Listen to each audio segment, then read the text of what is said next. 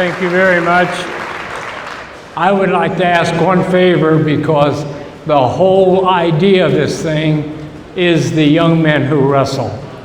I would like to ask if within the crowd and the coaching staff, if we could have all the wrestlers stand up that have wrestled here in this tournament from 1977 on. All the wrestlers who ever wrestled here, please stand.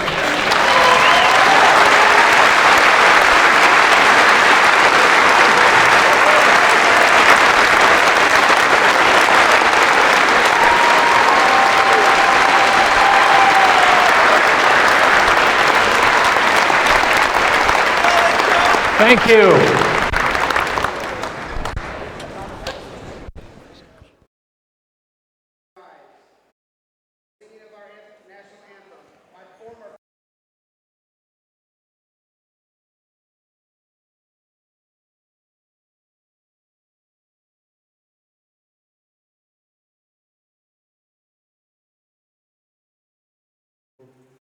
Can you see by the dawn's early light what so proudly we hailed at the twilight's last gleaming, whose broad stripes and bright stars through the perilous fight, o'er the ramparts we watched, where so gallantly streaming, and the rocket's red glare, the bombs bursting in air, gave proof through the night that our flag was still there.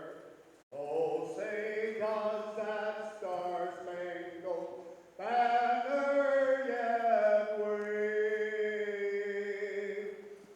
o'er the land of the free and the home of the brave.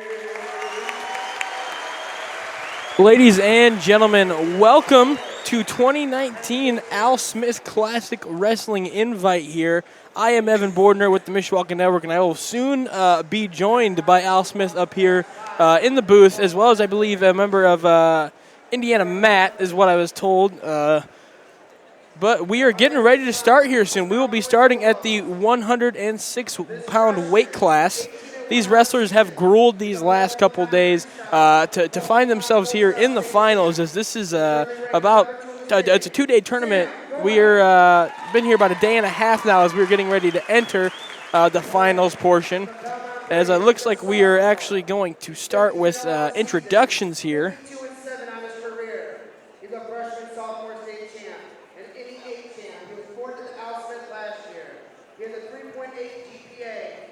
He's a sectional, regional, and a 2009 state qualifier. Isaac Rubel. At 113 pounds. He's a Holden Parsons, a sophomore. He's currently 20-0 on the season, 44-11 for his career. He's a Harvest Classic champ, an NCC champ. He's currently ranked 16th in the state. Trevor Shammers. He's a opponent from the Meridian Falcons. He's a junior. He's 22-0 on the season, 116-6 in his career. He's the returning Al Smith champ, a 3-time Meridian County champ, a Fargo All-American, 2-time sectional, 2-time regional, a semi-state champ. He was second twice in the state. He's currently ranked number 1. Alex Scotty.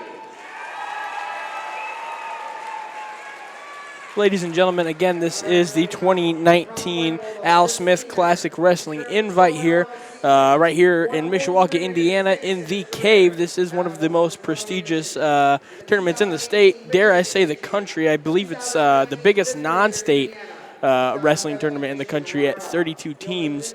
So this is absolutely a big deal. These wrestlers breathe and you know, just breathe wrestling, and this is their goal to come to this tournament here and wrestle. It truly is an honor to be able to broadcast this up here as we await Al Smith to get up here. He will be joining me in the booth.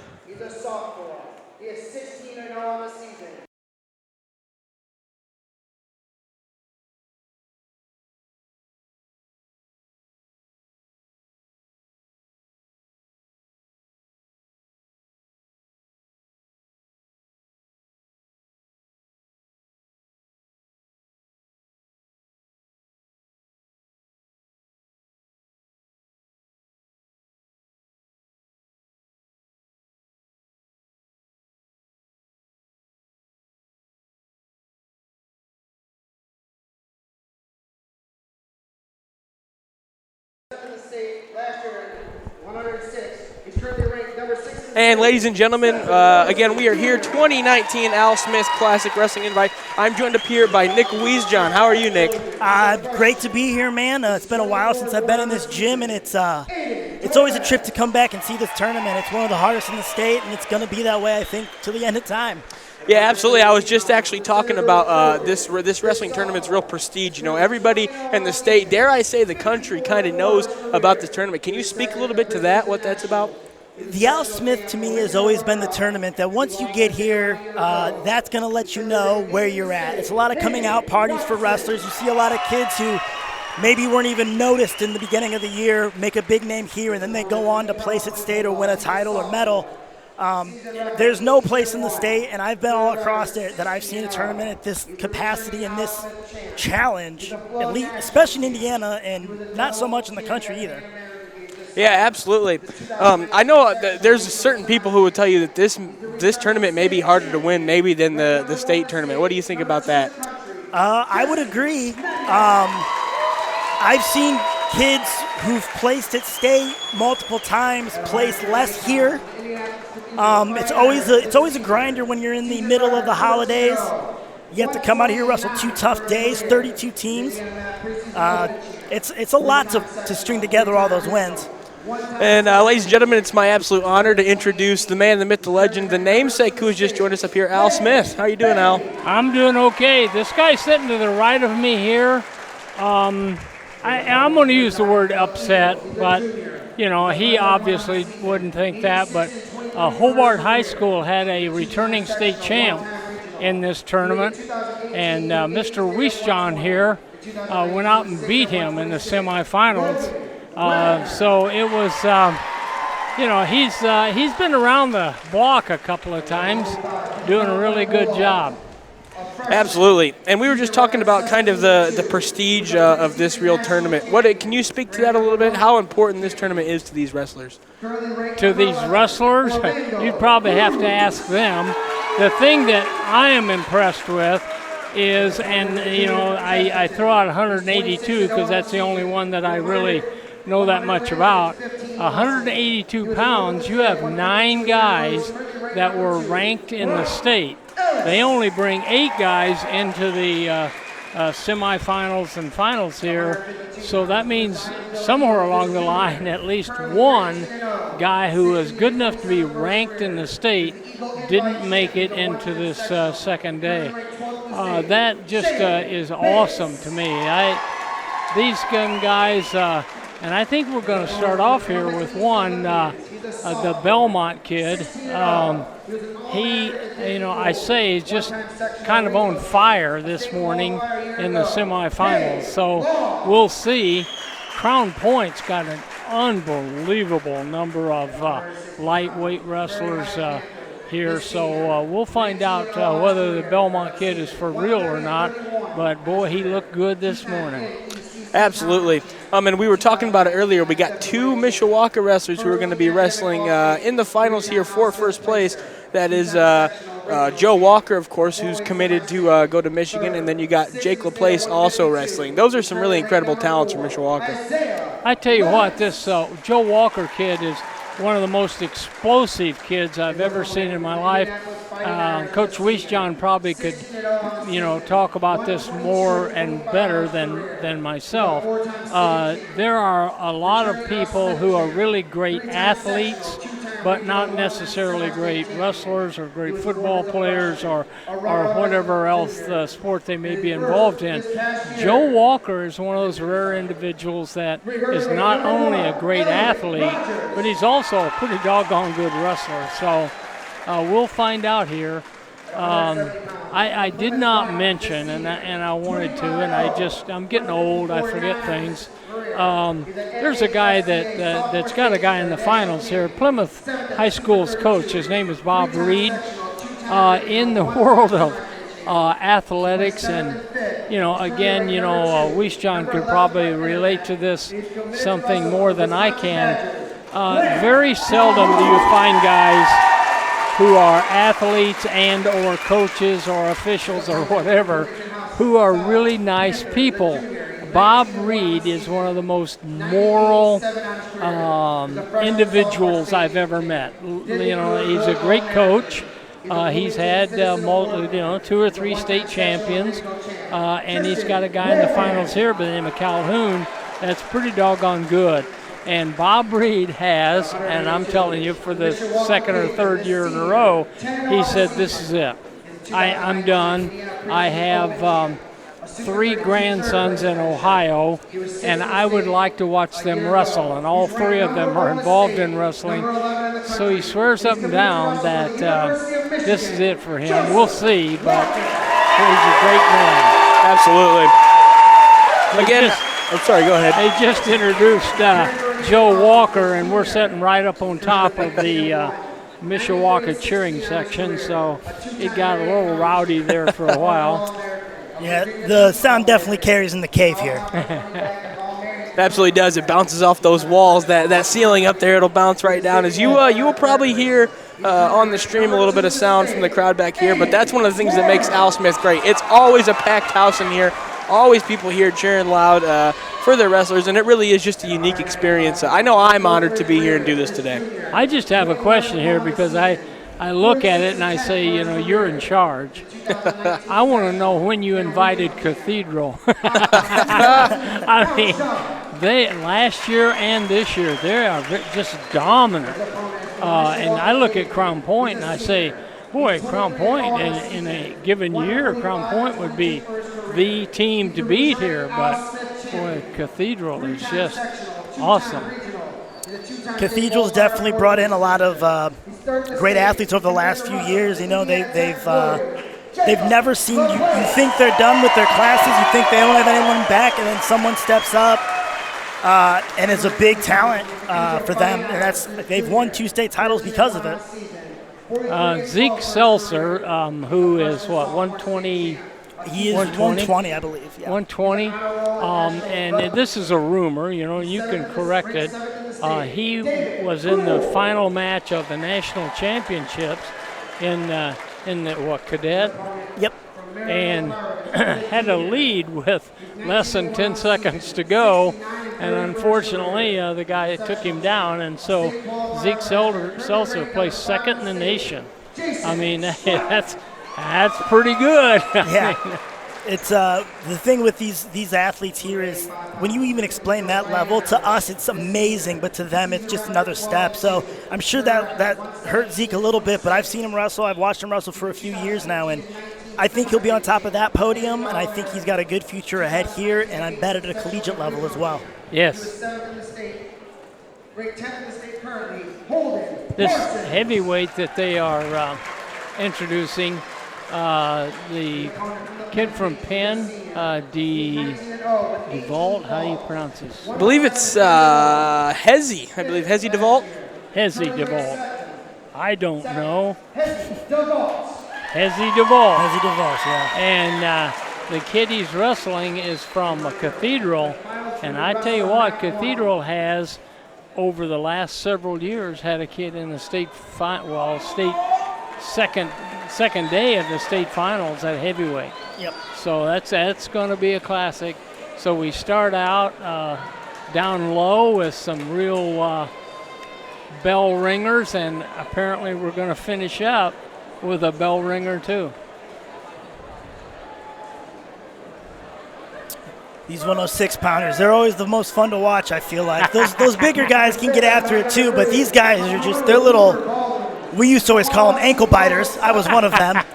But there's always just a fun energy with them. Yes, sir. And they are so agile. I mean, it's just unreal. And ladies and gentlemen, as they mentioned, we will be starting at 106 pounds here. It will be Belmont's Isaac Rubel versus Crown Point's Sam Goyne here. So we will start here. Start with a couple of real go-getters. This Crown Point kid came out and just went right after Rubel. Yep. Doing a good job keeping that underhook, controlling the inside tie. You know, the thing that just impresses me so much, and I still hang out in the wrestling room. I refuse to call myself a coach because I think you got to get out and show things. The only thing I can do is talk. But the thing that really impresses me between being in a wrestling practice room and coming and seeing a tournament like this is the guys, oh my gosh, they're shucked by and the takedown by the Crown Point kid. They are so aggressive. It's like somebody forgot to tell them that if you get out of line, another guy can score on you. Yep. A lot of forward action here from Sam Going. I know the Crown Point style, that's one of the things. There were a lot of score, a lot of pressure up front. Yep.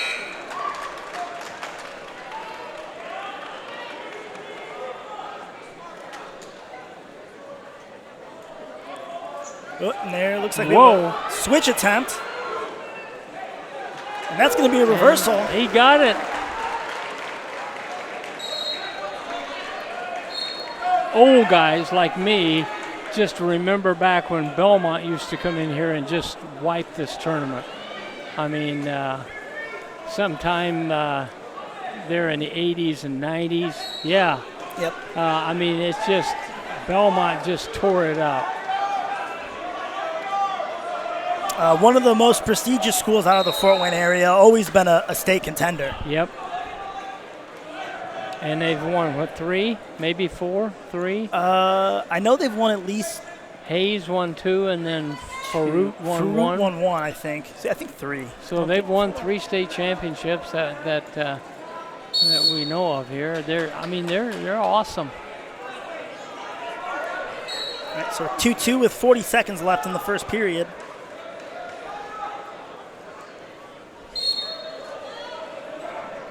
Rubel here trying to keep that leg there.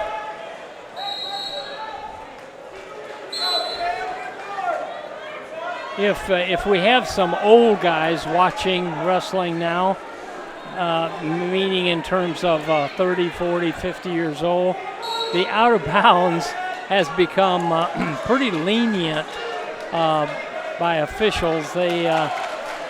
Crown Point kid just hit a set out and hip heist and got an escape. So the score's 3-2 with 20 seconds to go in the first period. See, they just go ahead and wrestle even though they're out of bounds.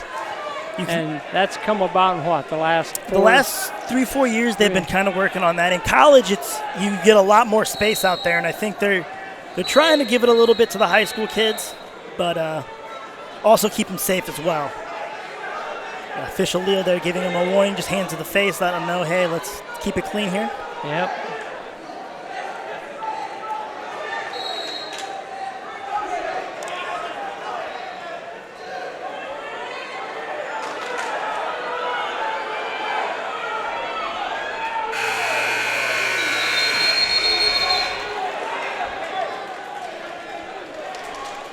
So we'll go into the second here. Going leading 3-2. 3-2. Looks like he will go down for the second period.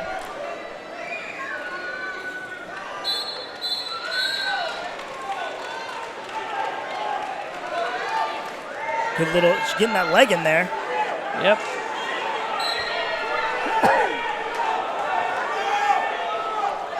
Really cranked on that power half.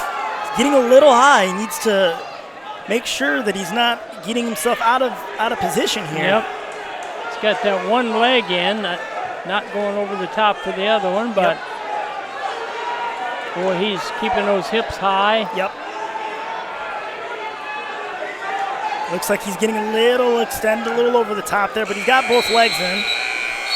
We're going to have a stop by the official for a potentially dangerous. Potentially dangerous. Sometimes running a half Nelson or a chicken wing, they get those arms or shoulders kind of twisted out of proportion. And it is as someone who's been in that situation, it is not fun. Sam Going, by the way, ranked number 1 by Indiana Mat currently as a freshman at 106. Freshman? Wow. Isaac Rubel, number 5 at 106. So as we were saying earlier, some of the biggest names in these weight classes will be coming at it today. Yep.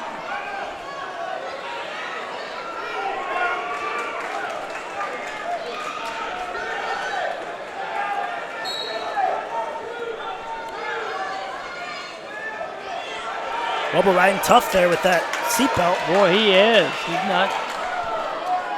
not giving anything up. Yep.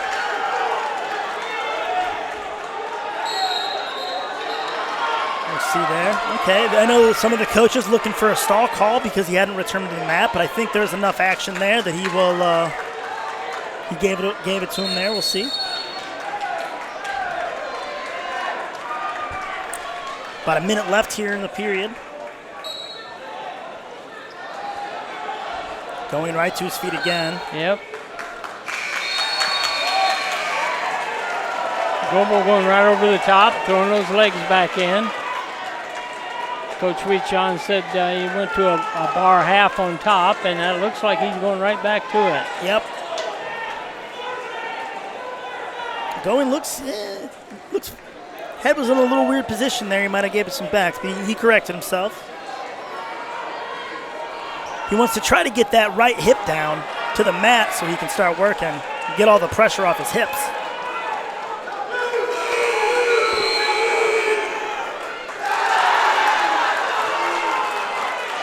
Still sitting there, pushing it in there, staying under those armpits. Very key in that position.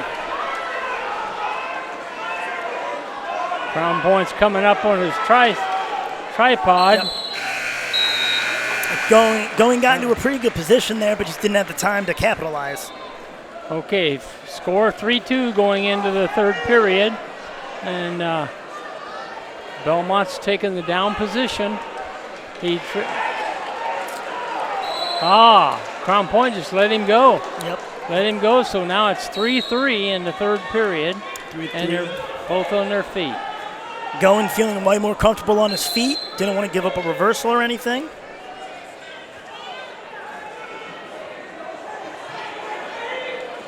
Boy, nice shot by Rubel. Boy, he did. He got in deep on that. Trying to leg over the top. Step over. That's going, still fighting hard with that whizzer there. He's got to try to keep that far leg back.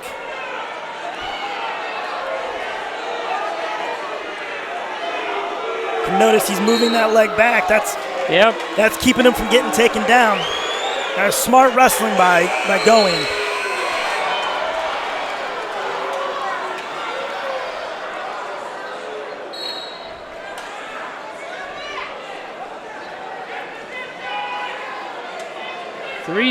Third period.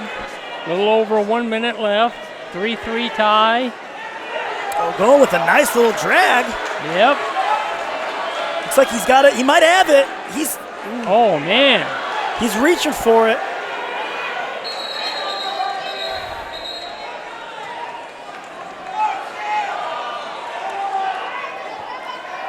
Did he call stalemate? We're going to see here. Oh, we're going to have a technical violation for grabbing the headgear.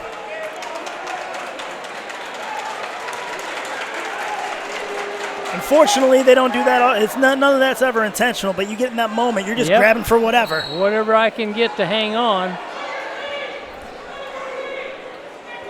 So Rubel now down 4-3. Has to look to attack and score here. Oh, great double. Oh, good move on Goings. It's a fantastic finish. You should be able to get a nice ride set up from there too. It's like that tight waist is real tight. 30 seconds left, third period.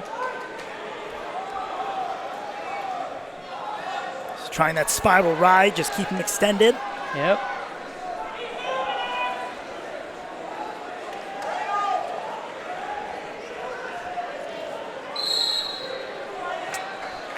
.11 seconds left. We're at the point where Rubel's going to have to start pulling things out of the back pocket, see if something sticks.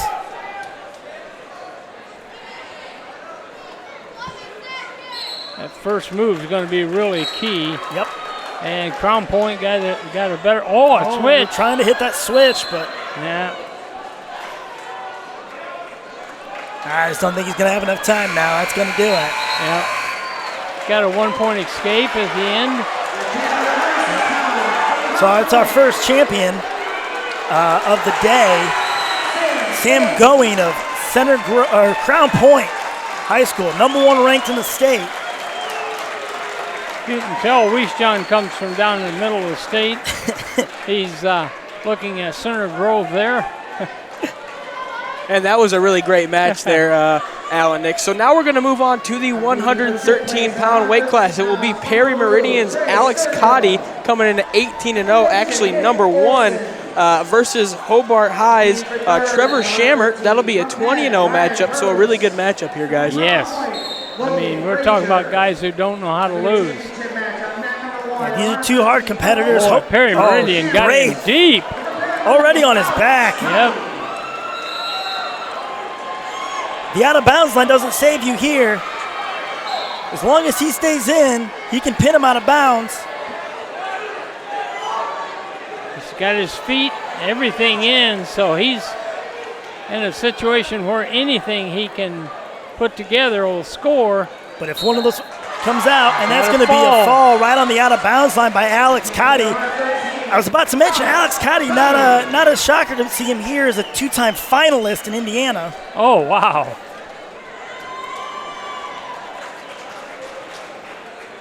So Alex Cotty with the quick fall. Yeah. Boy, he got in good on that takedown. Yep. Nice double right up the middle and was able to secure the half there and just maneuver it till he got the fall. Knew the awareness to keep the legs in bounds. Yep. And so with that, guys, I know we got a couple, some consolation matches here going on. You got who it is? We would have.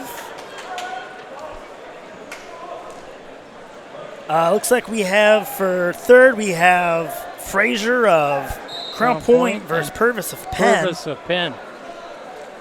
So Ryan Purvis of Penn. I think he's a sophomore. Actually came from Kentucky up here, but he had been at Penn before. So it's like he started here, moved, and came back. This is actually a rubber match from earlier in the day. Oh, really? Or from yesterday. And it was a close one. Frazier won 6-5 in the quarterfinals. Oh. Before dropping to Cotty in the semis. It's a nice little takedown there by Frazier. Got that head down, kept it down. I don't know if you call it a snap or a shrug by. Coach Bill Hawkins out there having him let him go, try to get a bigger lead here.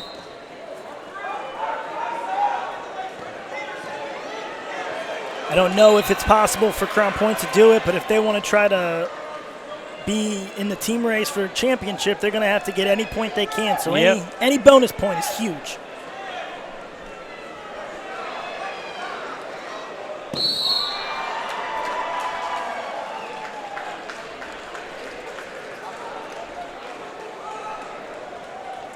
Purvis there's got that underhook real tight, controlling it.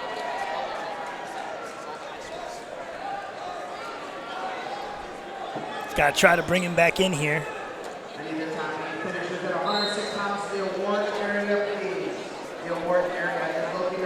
4-2 in favor of Frazier.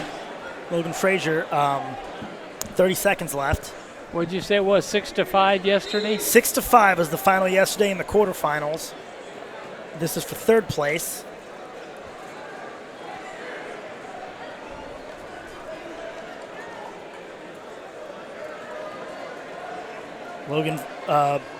Ryan Purvis coming in as the 5th seed. Logan Frazier is the 4th.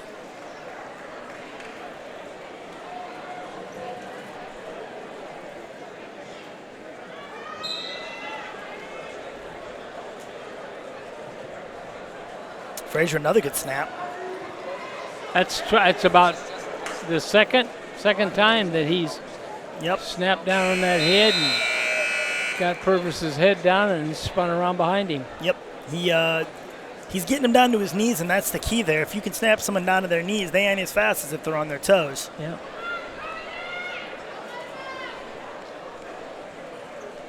This is a match for third place. The first and second ended in a fall in the first period very quickly. We have a coach. Wanted to ask the official something real quick.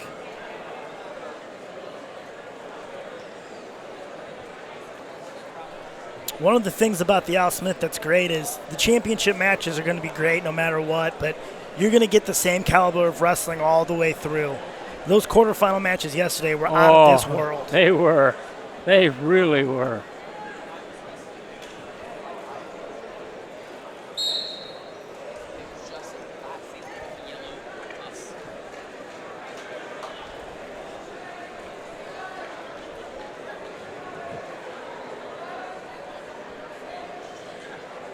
Ooh, man. nice shuck there. Yes, I mean, he had that underhook. Oh, and he's got a bundle tied up. If he can get some big... Oh, he lost Yeah, it. he lost.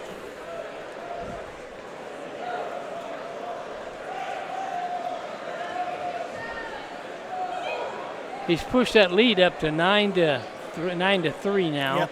One more takedown will give him a major decision, which would be an extra half point. Yep. They're probably trying to close that gap on Cathedral as much as they can. It's a tall order to do, but every little bit will count.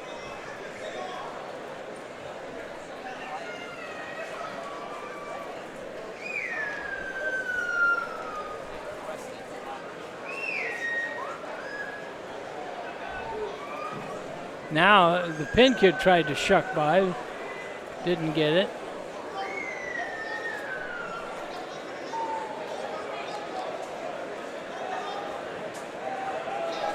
.40 seconds left, third period. Oh, very close. The pen kid tried to score there. Purvis tried to sneak something by him, but Frazier was able to roll through on it. Yep.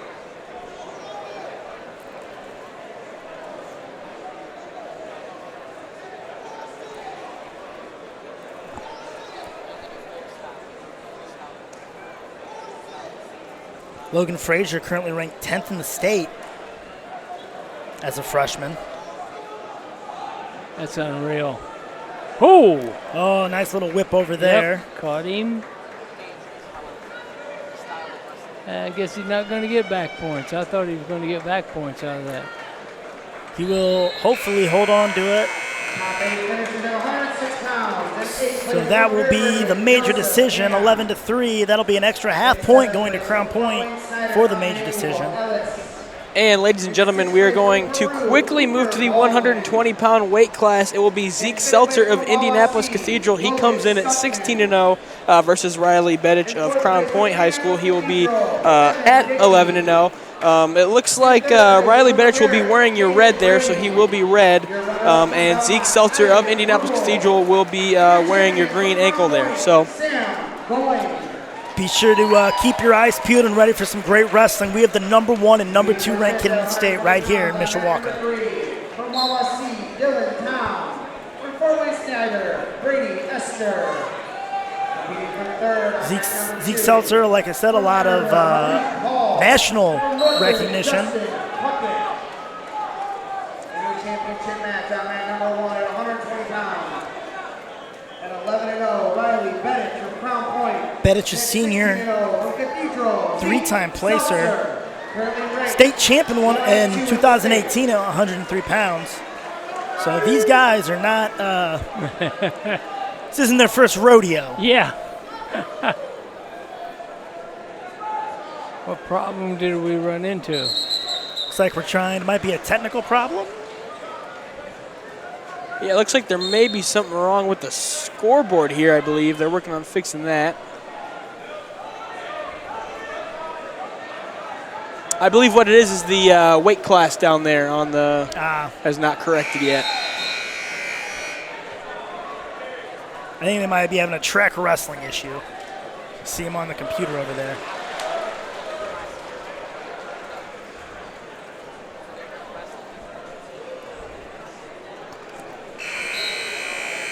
bringing in all kinds of experts there on the table. Got Mishawaka's own JJ Solfrunk down there working hard on the computer there. You can just see these two guys out there just ready to go. The look on their face, they're ready to battle.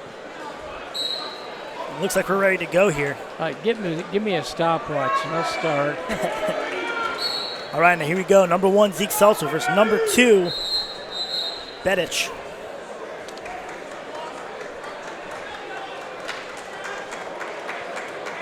Of Crown Point.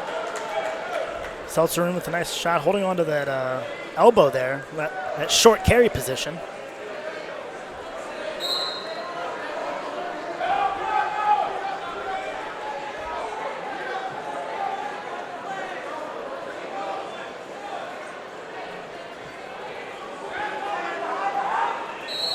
Both guys fighting for control.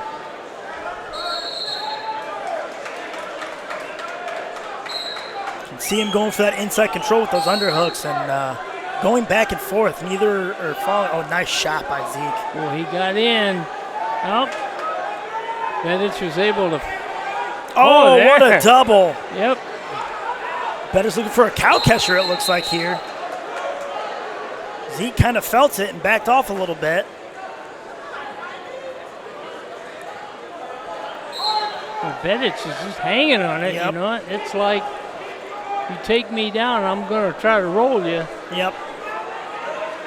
Being on one leg, though, that'll do some damage on your. Oh, what a Bazagard! Oh, he didn't get it. Still didn't get it.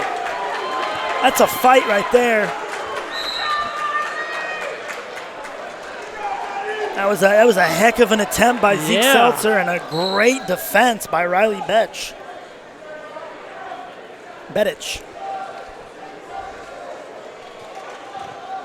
20 seconds left in the first period. Oh, we have a stalling call against Riley Bedich. He's snapping here. He's got that inside control with the underhook. Zeke getting his arm back.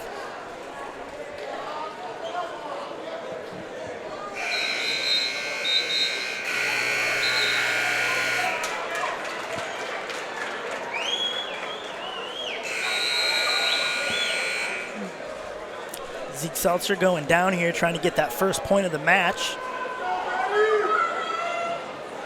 That could come in handy in the overtime if that were to be a case.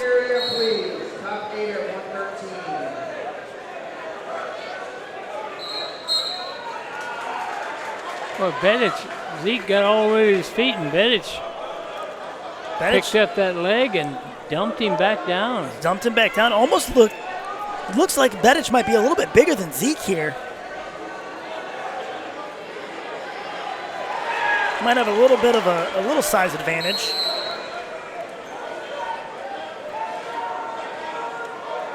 But that's an escape there for Zeke Seltzer, up 1-0 with minute 30 left in the second period.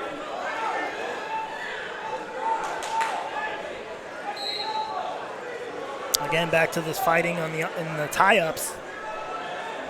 Neither man wavering.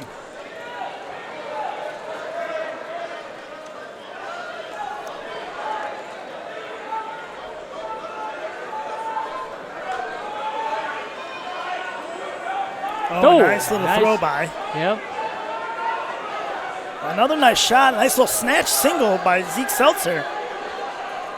He's got plenty of time to finish it. And that's going to do it. And he's got the leg. He can get two. No, he's got the two there.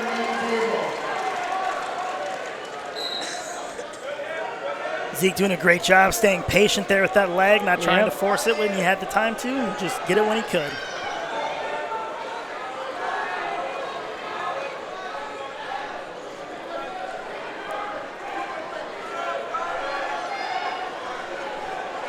Short time here. Zeke has that ankle wrapped and trying to roll a wrist under. Maybe looking for a tilt to the right.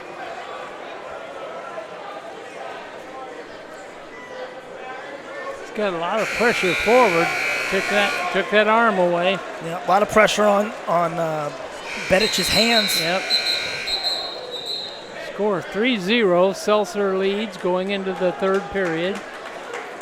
Still a lot of wrestling left to do. Zeke Seltzer is still holding on to that lead, though.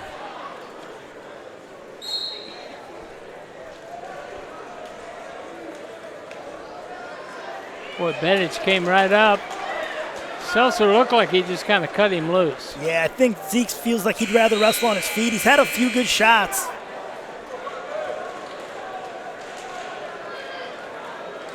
Again, controlling. I think he's trying to get Bedic to overcommit so he can try to hit that little pop double or pop snatch again.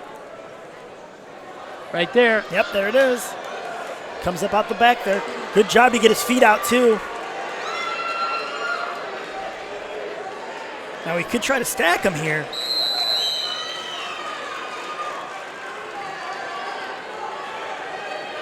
The ref is in a great position to make sure that if there's a fall attempt, he's right there. There it is. Bedic's going to give it up. So now the score is 5-1. 60 seconds left in this match. Seltzer's doing a really good job of tying up a wrist and then putting a lot of pressure on that arm. Yep, makes it very hard to get his hips out and get up. Both men seem to have had a pretty simple ride through the tournament. Zeke with 2 falls and a tech fall. Bedic with 2 falls, a major decision, and decision in the 5-1 decision in the semis.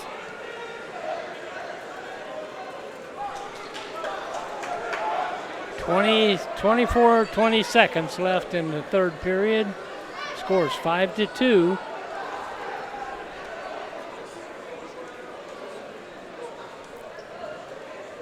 We're to the point now where it's got to Nice be. throw by. Oh, he's going to try to toss him here. Zeke doesn't want to run at him like that.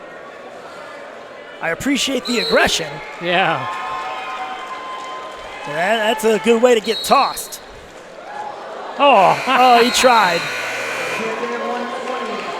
and he gave Zeke a 2-point takedown 2-point takedown. on the scramble. I'll give it to Bedic though. That kid wrestled the entire time. Yep. That's a great match. I'm sure these two will see each other again. Like I said, that's your number 1 and number 2 ranked kids in the state right now. That could be your state championship you just saw. Yep. Absolutely, guys. So as we move to the 126-pound weight class, we will have number 9, Aidan Torres of Chesterton. He will be wearing the red ankle band there. And number 6, Stefan Robertson of Crown Point High School. He comes in at 12-2. He will be wearing the green. Torres has a tremendous reputation, but we'll have to wrestle it and find out anyway, right?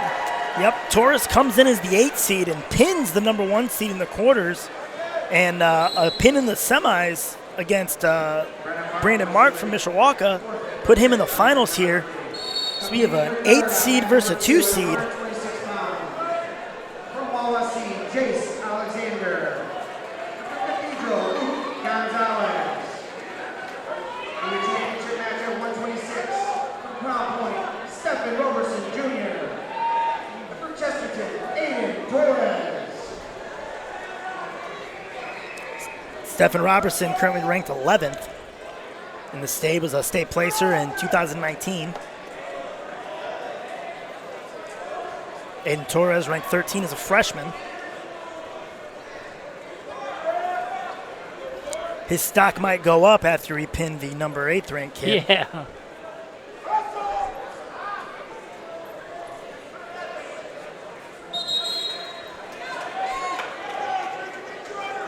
Both guys here feeling themselves out here.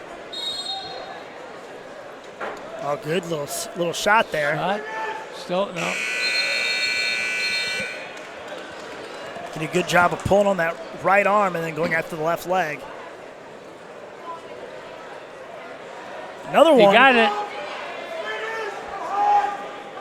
Same position as last match. Now he's just got to be calm and try to finish it here. He got it. That was a very nice little step. A little risky, but he was able to get it and then just slide down and keep the toes in.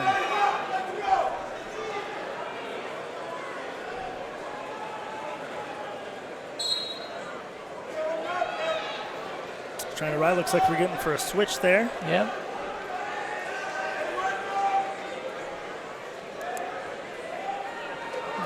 Get up on his feet. Oh, nice double. Robertson able to get his block it out. leg back. Nice job. Because he got in pretty deep on that double. Torres now putting a little bit of pressure on at the out-of-bounds line. 10 seconds left in the first period. Scores 2-1 in favor of Robertson.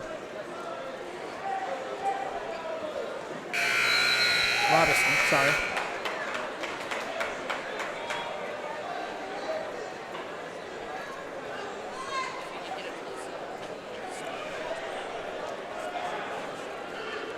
Looks like Robertson will get choice, and he's going to choose down in the second period. He leads 2-1.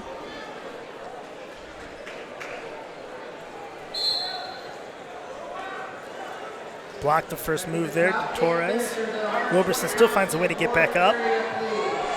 Switch. But he stepped over. Oh, he did. Woo. That was quick thinking by Torres there.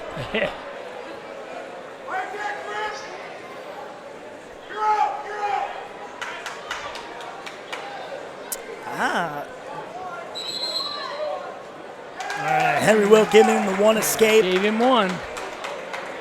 I was a little nervous there. He got a little greedy looking for the reversal.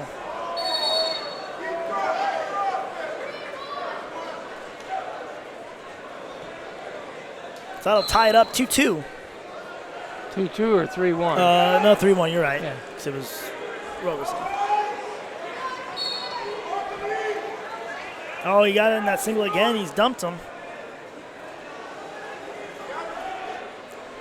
Again, if Torres can keep that other leg back, that's his best bet. Roberson's coming all the way up on his feet with a leg.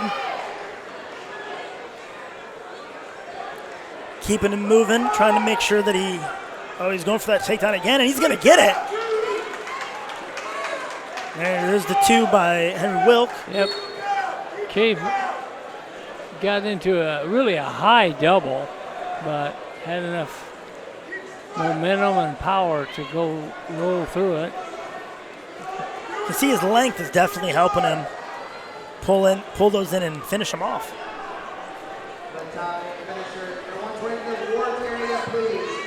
Robertson here also keeping good pressure on the top here. A lot of pressure on the hands of Torres. Both these schools from the region as it's known. Yeah. So I'm sure they will see each other more than once this year.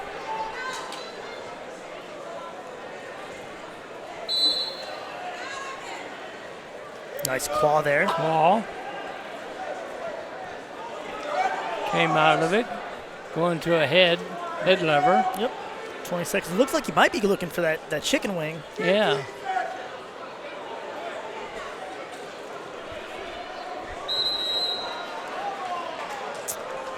And we're going to issue a stalling warning to Robertson for not coming off the hips there.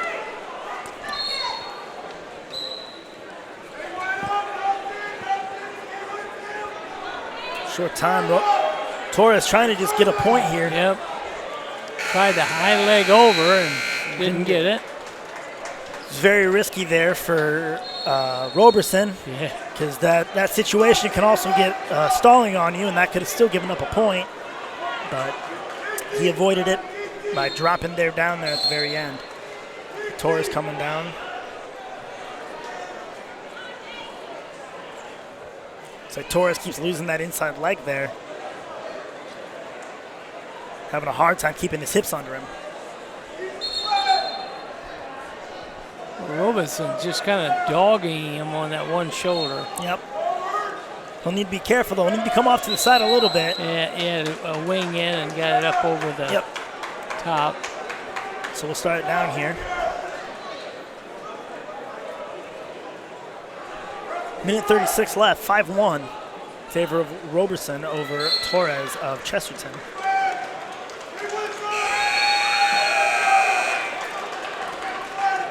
great there. He stopped that first move again. And just really isolating that inside leg. Yep.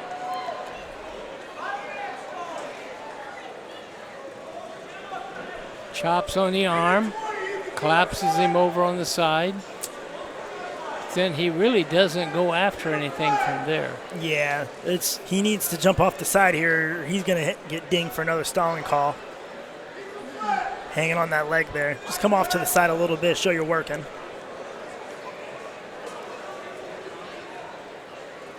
Looks like Robertson trying to hold, or Torres trying to hold on to the hands here. 50 seconds left. Yep.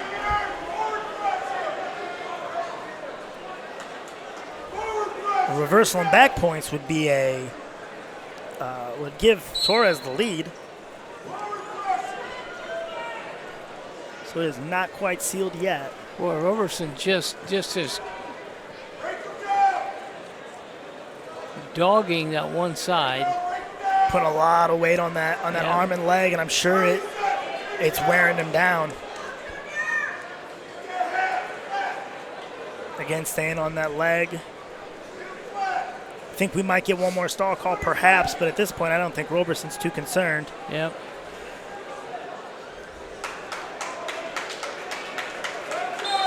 Yep, And there he it hit is. him.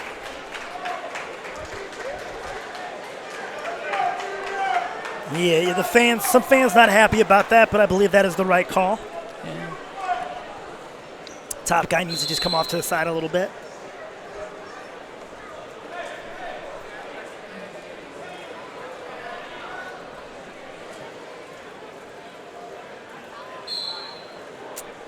Seconds here. See if Torres can pull something out. He's got a reversal there. He got a reversal, making it 5-4. But that's very close.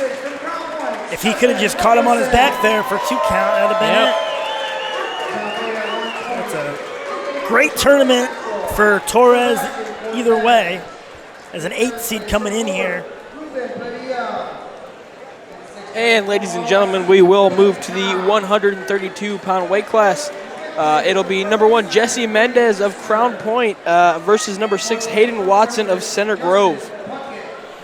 Coach, I don't know if you're familiar with Jesse Mendez here, but he's quite the special talent. He went and competed in the Pan Am Games this year in Greco-Roman. I believe he won it. He's a multiple-time youth state champ, multiple national placements. Tough kid and a good kid.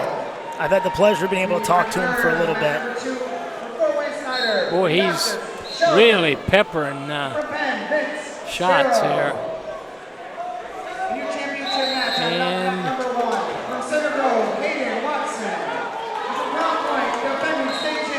Hayden Watson coming in 20-0. As you may have just heard, Jesse Mendez, a returning state champ, won it as a freshman. Very small list of kids who have done that. A nice little drop there. Went right after that leg, got it. Yep, just good following. Watson doing his best. You can see he's keeping that pressure on him, not giving him a chance to breathe. Jesse's in there. Got it again. Oh, he's just driving him right now. Oh, there's that crossface. Pushing his head down, gonna give him an escape. Oh! Jesse trying to catch him there. Yep. I have to imagine that Jesse's got bonus points on his mind for the team. Oh, a nice little shuck by. Shuck by. We're already Another at takedown. 6-2 with 30 seconds left.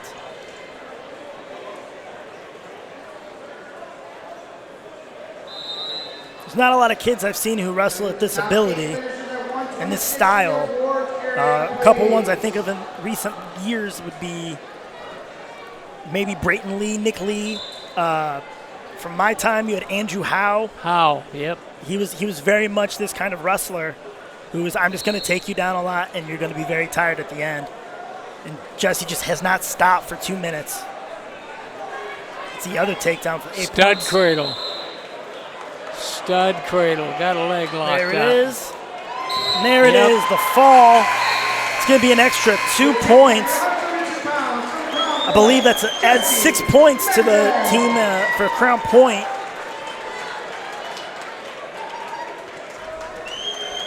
The top 8 finishers at 126 in the award area, please. That coaching staff at Crown Point, too, some big studs there. I'm looking over at Brennan Cosgrove, state champ, multiple-time placer. We're going to move over here to the third-place match, which is Vince Sparrow versus Shelton of Fort Wayne Snyder.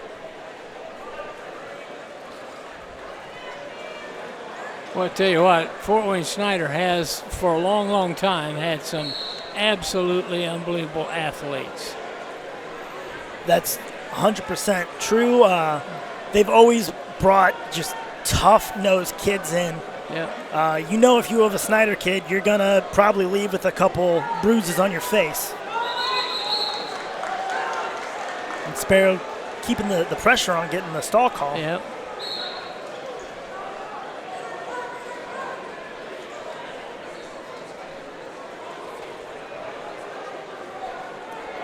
Rakesh Shelton, he was the 4 seed.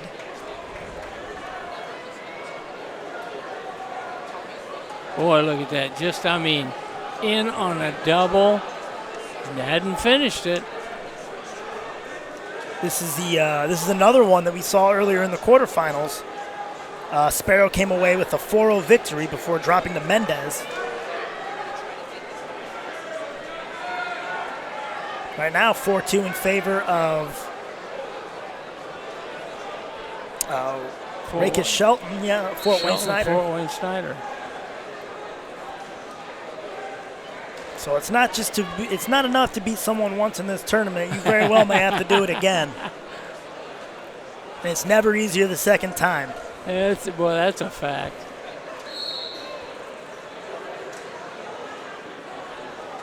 There's a group way back in the day, I believe it was Rodney Bolden and someone else perhaps from Fort Wayne, where they wrestled each other in the sectional, regional, and state finals. And state finals. I think you're absolutely right.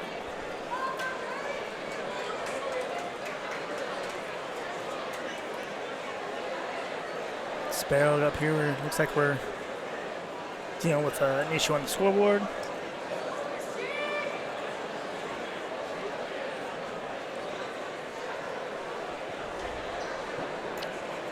Looks like Vince Sparrow came in as the 5 seed. So again, another 5-4 in the third place match. 12 seconds left.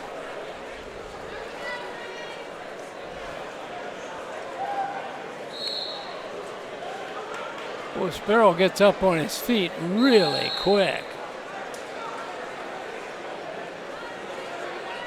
Frazier doing a good job, though, of following it down, or Shelton Yep. doing a great job of following him back. Let's try to return him in the center there. Looks like we're there with 0.6 seconds on the clock.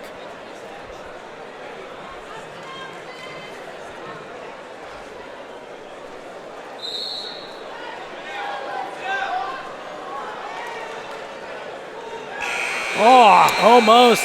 Had to be an escape, right?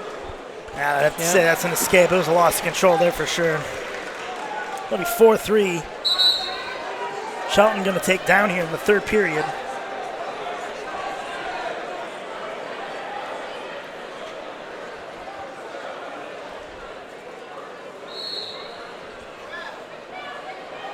Sparrow getting that leg in. Oh, a nice power half there. Boy, there is. A lot of pressure on that lower back. I'll tell you, this leg wrestling has really came in over the last decade or so, I would say. It's gotten way more prevalent. Yep.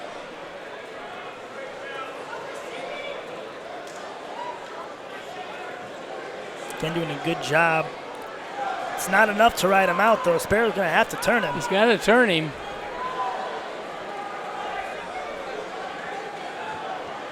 got a good lock there. Might be getting a little high there. Going after an arm, cross body. He wants to try to keep that right hip up as best he can. Yeah. We're going to stalemate it there, go back to the center. 1:05, 1 minute and 5 seconds left.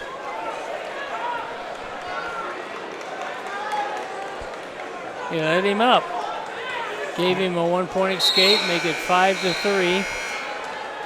Must not be confident that he can turn him in time. So, ooh, what a double. Well, he got in on that, but he didn't finish it. Well, I think he got his head stuffed in the middle. You're going to watch that leg there.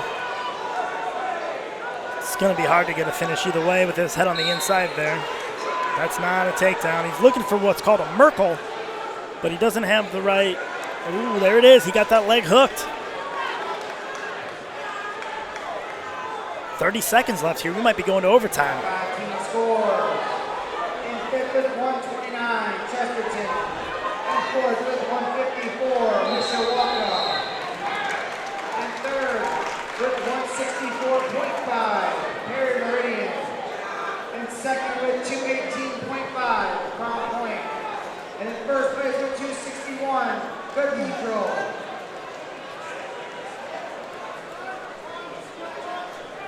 Looks like we have the officials here trying to figure something out again. 25 seconds left, third period. He's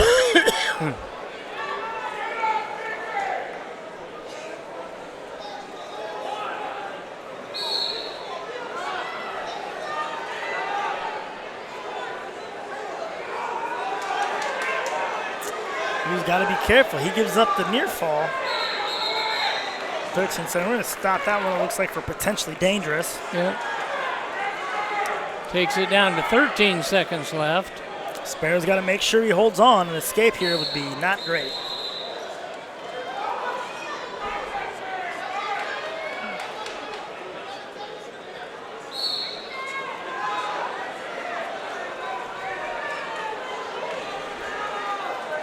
Looks like he's trying to swim out the back there. It's going to be close. Oh, no. We're going to go to overtime. 5-5 here in the three-point match, or the wait. Why did they go to 6-5? I don't understand. I think they were saying 1 minute, and they may have thought it was a call for one. Okay. So we'll have 1 minute here. First to score will win.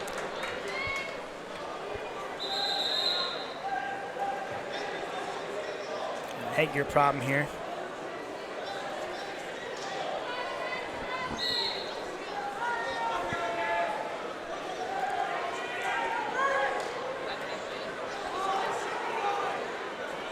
Well, he gets in on that double, but he can't finish it.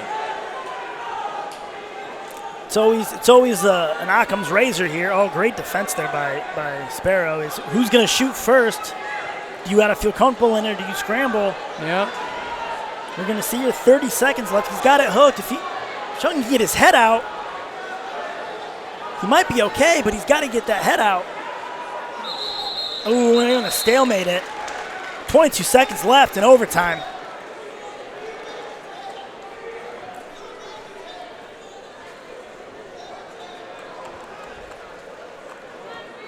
You can see Coach Brad Harper yelling some instructions to Vince.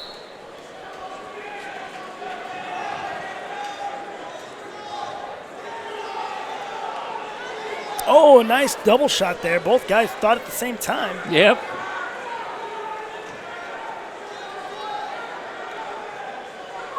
He's got. Very close there. Oh, I wouldn't know if I'd be diving in on shots that time. Not there.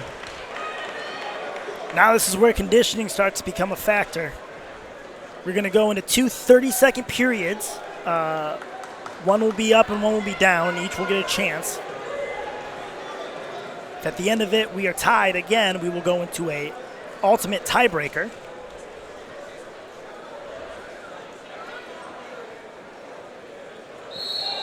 Ooh, yep, I was going to say right there, we have a little bit of a caution start there.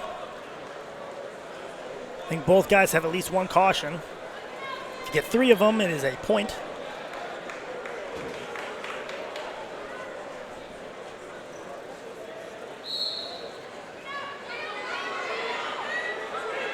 He's up.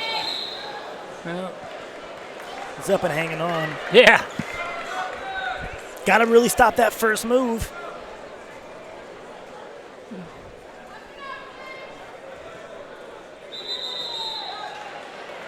Another caution. He has to be careful now. One more, and he will cost him the match.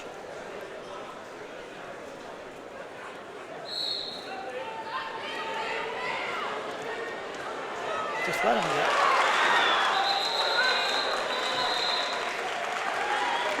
One point there. Just trying to keep the pressure on. 18 seconds here. 6-5. Again, there'll be another 30-second period after this. Another double. Oh, what a finish! Gave him. All right, 7-6. Got in on a double and finished it. There still is going to be that 30-second period, so it's not over yet, but he has choice. On that, and exactly, he's going to choose down. Vince Sparrow's going to cut him. They're going to be on their feet 30 seconds. Vince has to score to send it to the ultimate tiebreaker.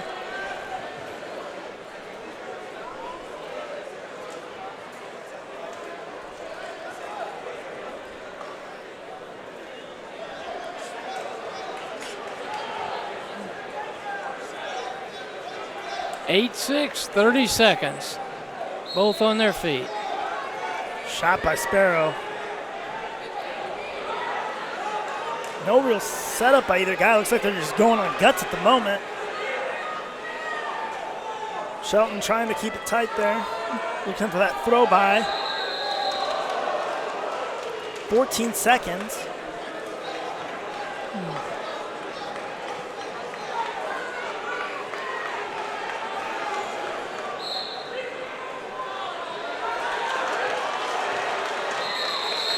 Nailed him for a penalty point. So the 7 point. So it's 8-7 with 8 seconds to go.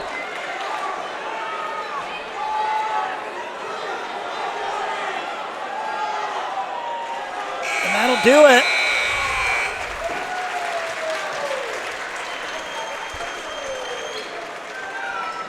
Top 8 finishers at 126. Rika Shelton, your third place Yep. finisher. And ladies and gentlemen, we will move you back down to the main mat now, as we will be seeing the Battle of the Logans here in the 138-pound weight class. It'll be Logan Wagner of Zionsville coming in at number 6 versus Logan Bailey, number 2 of Indianapolis Cathedral. Luke Gonzalez. In third place from Wawasee, Chase Alexander. And runner-up from Chesterton. Logan Bailey have a brother that wrestled at Cathedral. Logan Bailey had a brother named Braden Bailey. Quite a funky wrestler. I believe he's wrestling at University of Indianapolis right now. He's a 3-time third place winner and a state champ his senior year. Wow. On that 3. For Sean Lewis. I know him and his dad, they do a lot of good things for setting some teams up in the offseason for kids to get more experience. From Perry, Matthew Coops. From LaPorte, Tyson Nisley. In your championship match on mat number 1 from Cathedral, Logan Bailey. Logan Wagner last year had a great year. Logan Wagner. Bailey on top. I'm going to tell you right now, when you're wrestling a Bailey, that's not where you want to be on bottom. Yeah. These guys are real good at riding.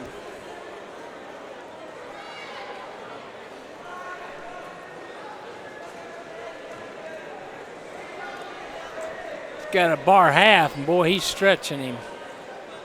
He is stretching him. Logan Wagner ranked 6th in the state. Logan Bailey ranked 2nd.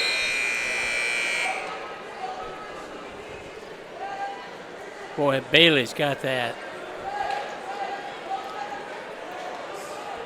It's like almost like a football grab. with that kickover. Yeah. Coaches, your weigh-in sheet from today are at the announcer's table. That's a 5-0 lead for Bailey. That's the scary part about someone being good on top. Yeah. They can rack up points real fast.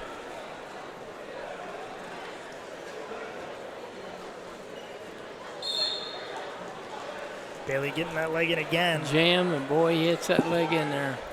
He stays tight to the chest, and you can see he's just punching that arm down, trying not to put too much pressure on the shoulder. It's all over. Oh, yeah, it looks like we got a grapevine in. Oh, no, he fought back. He got out of it. Get out of it. I'll tell you right now, his shoulder not feeling great. That's some great pride right there to just fight off that. We need the top 8 finishers at 132 pounds for the award area, please. Again, Bailey doing a good job on top here. Scores now 8-0.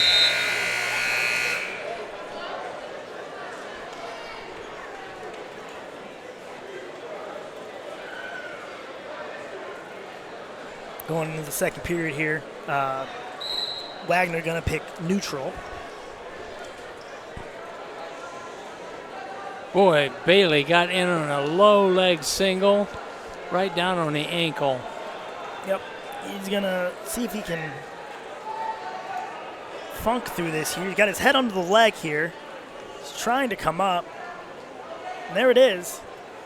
Now he just got to turn, but Wagner can keep a good lock there and make it difficult for him. He might get some ankle rolls here. And we're going to stop it there. We're going to go potentially dangerous. Haven't been able to see a lot of offense from Wagner yet. Oh, good shot. Boy, there's a heck of a shot, but Bailey sprawled back. Now Wagner's got him up in the air. He's got to try and hook that leg and get that head out. Not.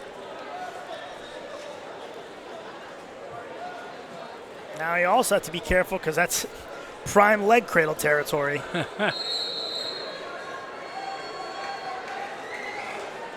He's coming out again.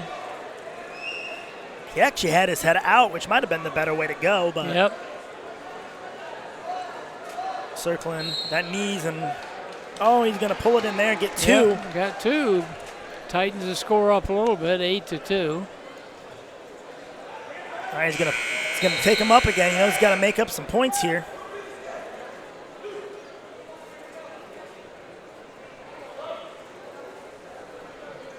Oh, nice little shuck by. That's going to be a Merkle for two.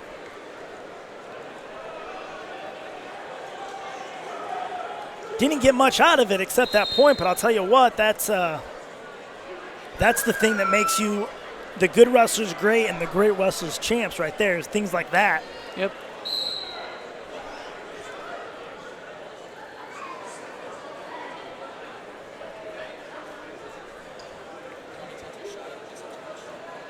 Boy, Wagner got in deep, but he can't. Yeah, can't get through there. He's got to get through those hands first. They're going to hit Bailey with the warning here. See Wagner staying in his stance, constantly moving forward, trying to push the pace. Third period, 11-3. Bailey choosing top.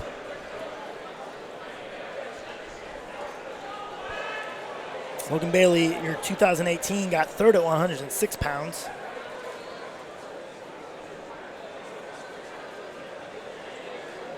Logan Wagner, two-time placer, 8th in 2018 and 6th last year. Set down, pulled him right in his lap, threw the legs in, ran a half.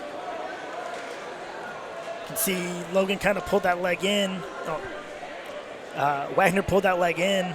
It's kind of what you immediately think about doing, but it's actually one of the worst. You want to try to push it away. Yeah. You want to try to make it as free as possible for your chest. Catches it there, though. Staying up here. A nice little high head turn, I guess you would call that.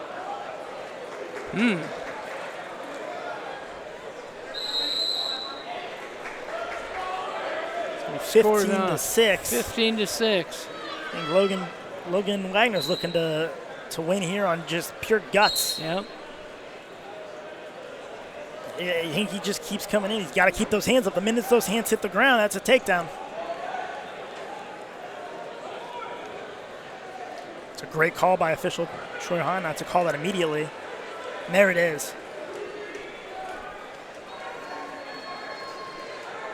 That's one of the problems with being a little too aggressive there is you're going to give up some of those easy little throw-bys. Yeah. Well, there's that pull back in a lap again. Just keeping that wrist in half. He's going to give it up here.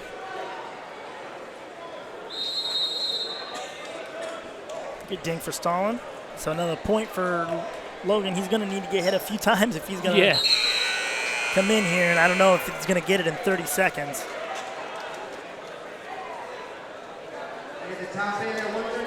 Clearly two different styles of wrestling. Yeah.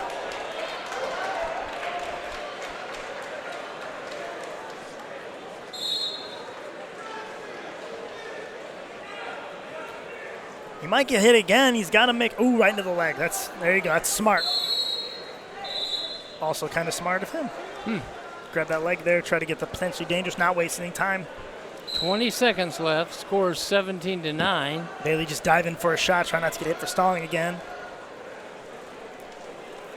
Time's ticking here. Oh, he almost had him there, looked like. Half Nelson with a foot.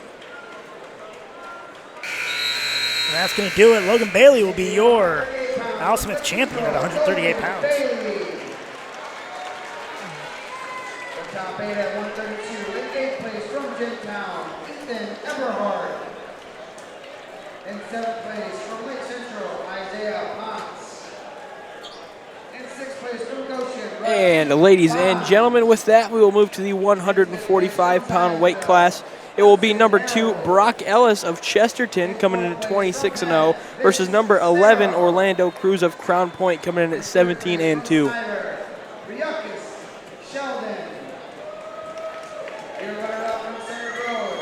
Brock Ellis, a returning placer, getting 4th last year. And your champion from Crown Point, Jesse Mendez. Orlando Cruz, a freshman at 145. Not a real common thing to see. Yeah. Ethan Ulrich. From South Bend Riley, Simeon Norton. Competing for 3rd on mat number 2 from Cathedral, Garrett Stewart. From Perry Meridian, Boy, tried to head chuck him and made almost a 360 spin.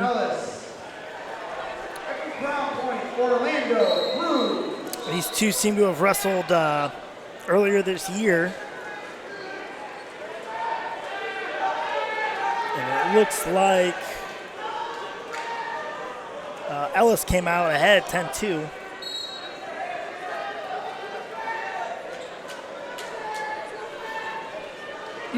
That's a good finish right there, real solid on him. And he's holding him for back points. Anytime you can steal some back points there, he might be able to push it over.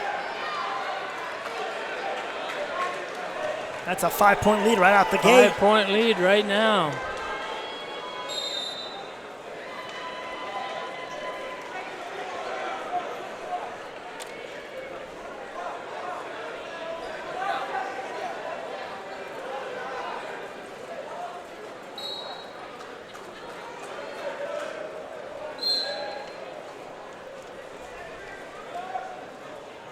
A lot of pressure. They're trying to pull that hip down.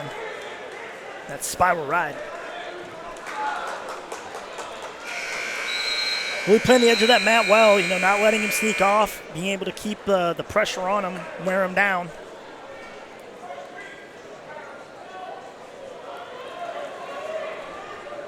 Orlando Cruz should be looking to try to get a fresh start here, but I think we might end the period right at the edge. Brock Ellis doing a great job of mat control.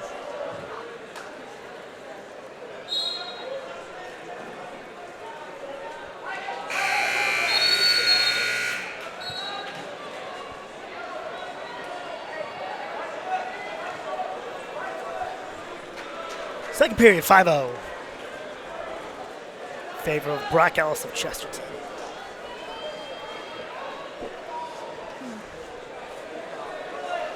Looks like he's either going to cut him loose Yeah, Just I keep some guess pressure so. there on him.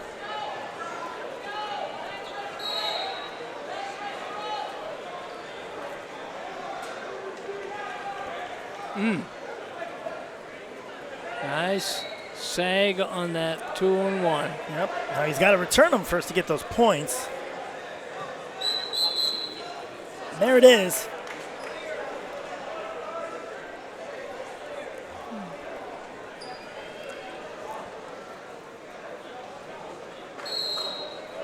He's got it there.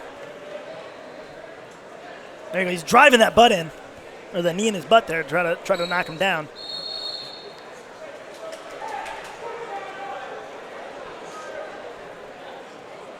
He's gonna cut him up. Yep. 7-2 now in favor of Brock Ellis. Minute 16 left.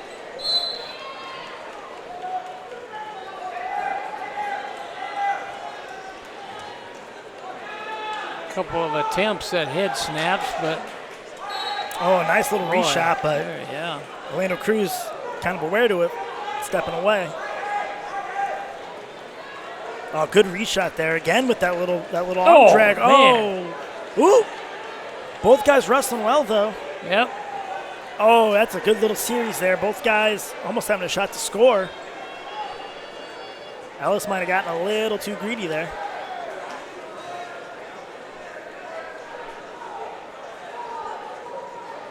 Hitting those snaps and working on those wrists. Yep. Oh, there's it's- a double driving. Oh, what a beautiful double. I mean, he got in on that and just ran it. That's the thing of beauty right there. I'm a big fan of the doubles.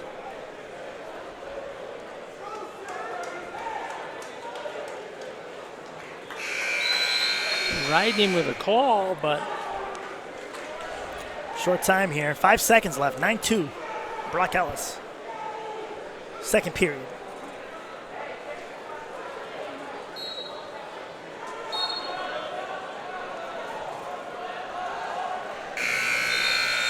wrote it out.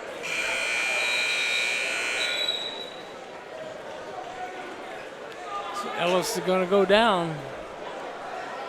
Third period.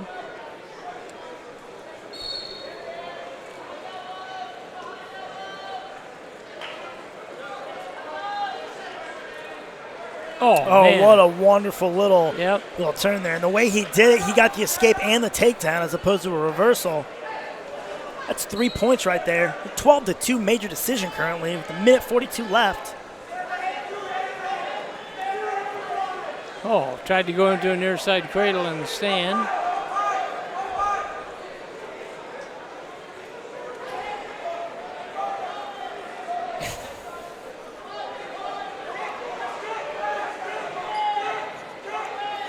You kind of tell here the Brock Ellis is a junior. He's got a little bit of maturity over Orlando Cruz here as a freshman.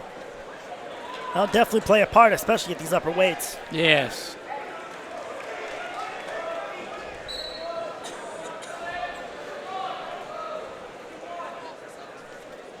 Still in there fighting, though.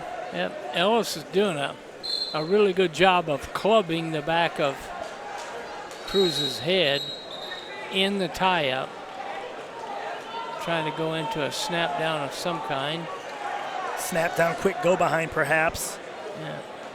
Doing a real good job of keeping himself in the center of the mat, too. Showing that he's the one working. Oh, nice little shot attempt there. Oh, Switched off to a double down there. yeah, got a little stuff there on that first shot. Now I need to be careful of a whip over to his right. 20 seconds here. Oh, there's another snap.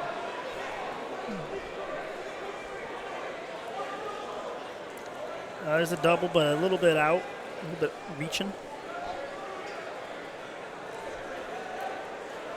There's some movement. Oh, a nice spin around. It was a nice finish there to that match. Brock Ellis will be your champ, but nothing to hold your head about. Orlando Cruz, I saw some good things in that last little series, man. You got him moving. It's a kid I expect to see here a few more times. Yeah. Can I get the top 8? And 138 to the announcers.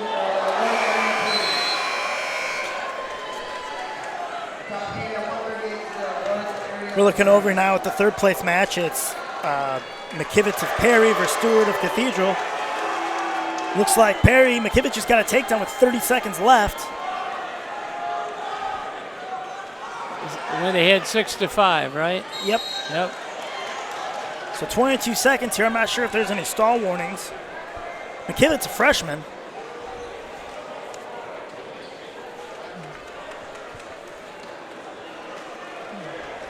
Stewart comes in unseeded. Unseeded. Beat the 4th seed.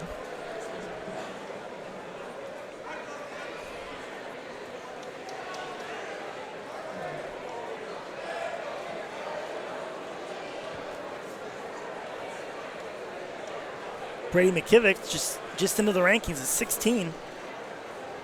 I'm sorry, he's a junior. A junior? Junior.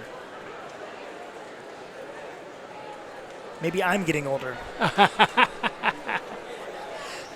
Nah, coach. You see these kids when they're little, you never know when they're actually in high school. In 5th place with 129, Chesterton.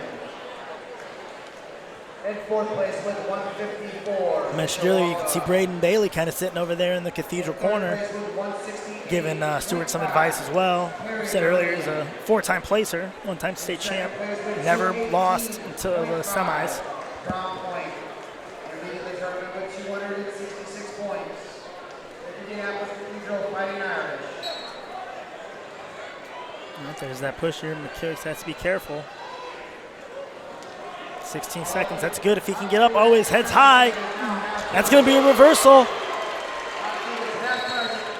8 seconds, though. That's not a guarantee. He has to be careful. So it'll be 7-6 in favor of Stewart of Cathedral.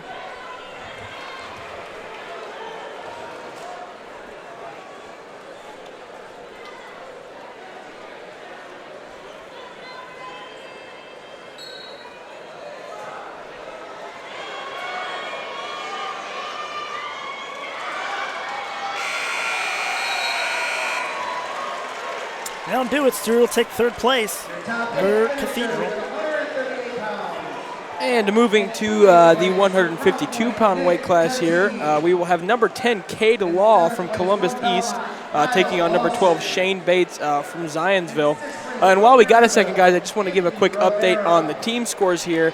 Number 1, we have Indianapolis Cathedral currently. Number 2, we have Crown Point. Number 3, Perry Meridian. Number 4, Mishawaka. And number 5, looks like it just moved up to Chesterton just a second ago. It was Penn. Penn looks like they moved down to 6th now. So that's our top 6 there. Northridge, Hobart, Columbus East, Maryville following close behind. That's good because Coach has been talking about trying to make up points between Crown Point and Cathedral. Shane Bates here from Zionsville. Undefeated, as you may have just heard. A junior from Zionsville. Cade Law, qualifier last year at 145 pounds. So he's been to the big dance and he's experienced it, but now he wants to go get a medal here. Well, Columbus East has put together a program for the last 5 or 6 years. It's really good. I was saying during the semifinals, I was saying how they've, over the last 4 or 5 years, they've put together a lot of really good wrestlers between the Rooks brothers, Nick South, Shanagi, and you have Cade Law here. A lot of great talent coming out of that program.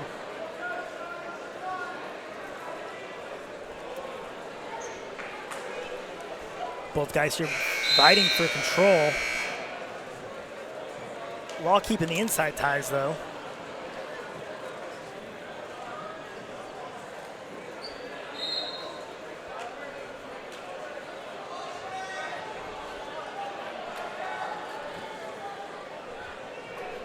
.30 seconds left in the first period.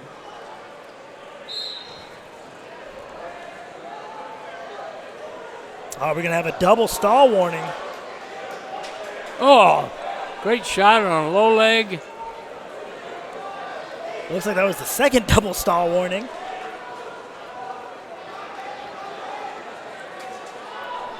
He's going to give it up. Yep. They're all going to take the lead 3-1. Yeah, we had two stall warnings for each guy, so we were 1-1. K-Law with a nice takedown there to make it 3-1 going into the second. You might be wondering why would they call stalling on both of them like that, and the answer is that stalling can come back later and mean a big deal, as I think it's 3 stallings and it's a 2-point violation instead of 1. So they both essentially have 1 more each before the big points come out.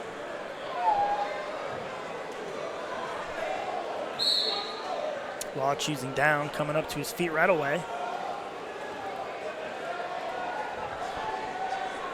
Bates doing a good job returning and looking for that head lever, but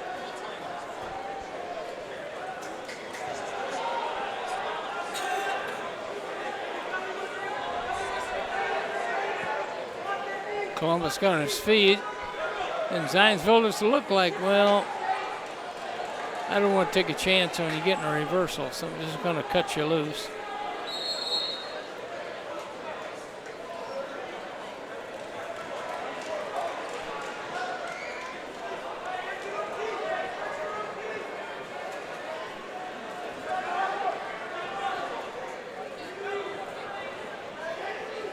Nice, into a fireman's. oh, that's a great shot. Limp out and went into a high crotch single. Minute 3 left here. Oh, that's very nice. Boy, he threw a half Nelson, and I mean he threw a half Nelson. Still keeping that leg in. If he can get his chest over it, he might be able to get it.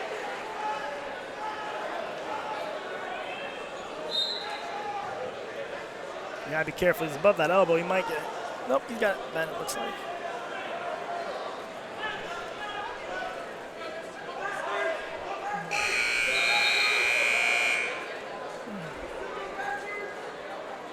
Boy, he had a half Nelson just so he had the elbow clean up over the guy's head. Got it again. Looks like we're gonna finish this period with another ride out here, 6-1. Coach, when you get a lead like this, what do you like to see? Do you want to see some more? Do you want to keep the aggression going? Do you want to be a little more cautious? I'd like to see the aggression going, unless you're going into the third period. So we gotta see now. We have Bates here trying to, gonna have to get up here going neutral.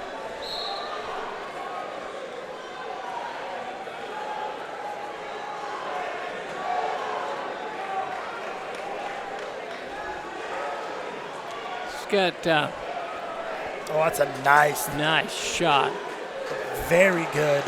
Inside control and both hands hooked over the triceps. He hit a fake shot and then came back and hit a duck under a double, and boy, he got it.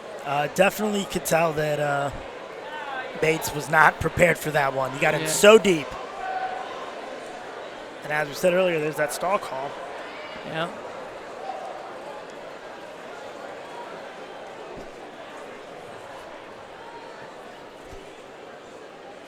It's over a minute left here.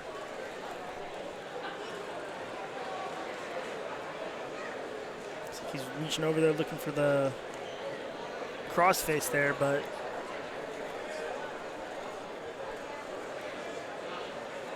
he's got that leg hooked.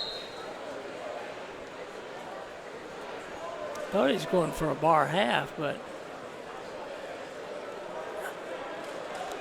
he's got that leg in. I don't know if it's as secure as he likes.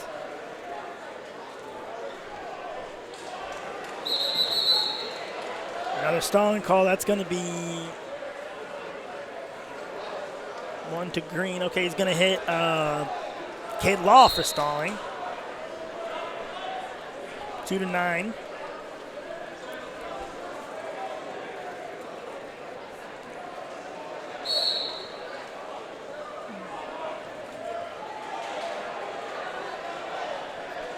Nice. Went up on her feet. Picked up a single leg. And, you know, you think treetop is going to hit it up, but he didn't. He's changed off and went to a double from the single. Short time here. K-Law still riding tough.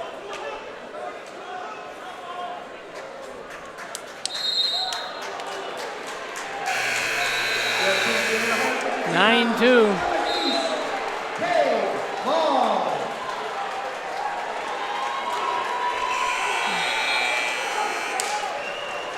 Short time in our fifth place match over here.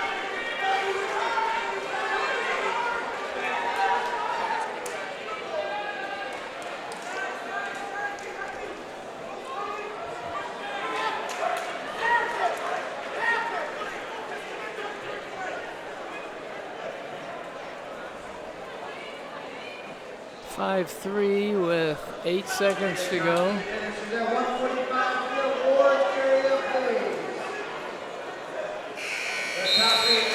That'll do it.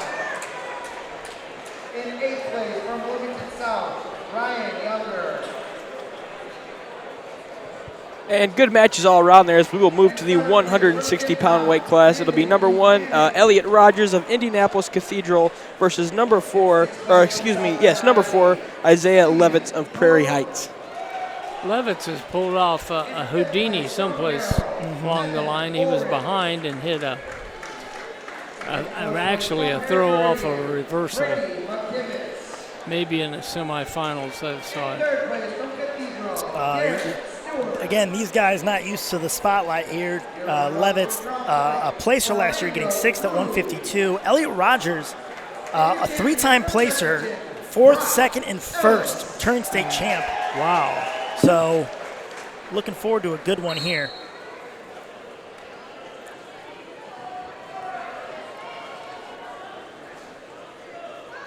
Receiving a forfeit on Matt Green. From Chesterton, Nick Windman. Needs to be careful there. Competing for 3rd place on Mat 2 at 160 pounds from Crown Point, Noah Hollendowner. From Meridian, Joanne Dale. And your championship match at 160 on Both guys trying to get some shots going. Oh, nice little low ankle. Went to a switch to counter it. Looks like that and possibly a spladle. Elliott was able to get up. And that's looks like that might be 2 unless we're going to get some ankle rolling games here. And we'll go neutral.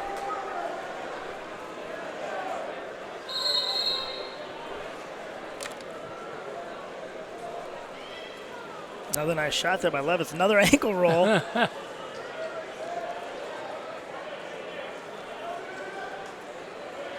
Oh, another one. Another ankle roll.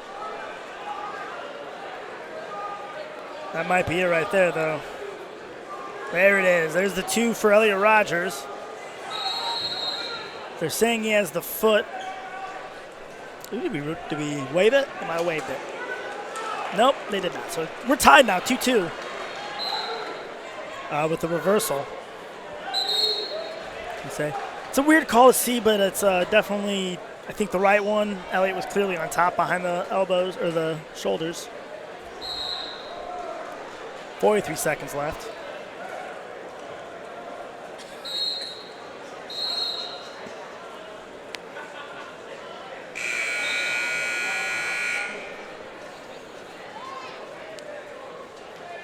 Wing on this side. Good tight wing, too. Wing and a tight waist, maybe a double wing. Elliot Rogers doing a good job getting that wing out. Yep. Kind of bringing his body back. There's an escape there. Boy, good shot by Rogers here. If he's going to finish it with the takedown. That's a great first period. A lot of action. 3-2 score. A lot of action. Coach, what would you say to Isaiah Levitz at this point? I mean, he's got a point. He's the #1 kid in the state. he can roll with him, but it's been a little topsy-turvy.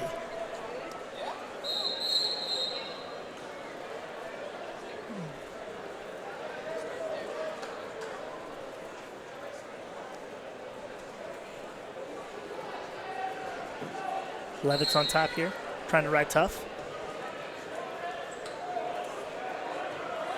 Dropping to the ankle, dangerous place to kind of be because you can get a saw call up to his feet here.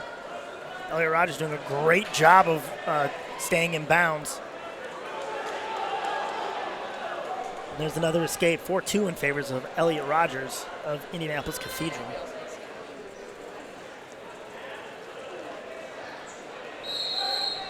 Get it? No? No, looks like right out of bounds there. Couldn't keep that toe in.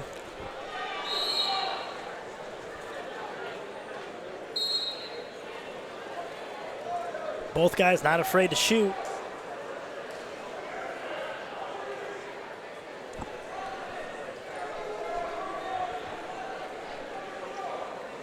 Elliot has that inside tie ready to go.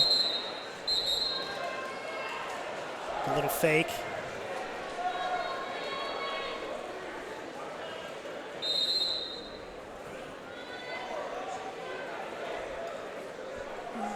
Oh, man. 60 seconds left. But he didn't get it. Shot Why? there. Now the question is he going to try to stay it? Oh, what a nice job. Elliot turning it into a shot of his own. Now we're into that weird scramble situation again.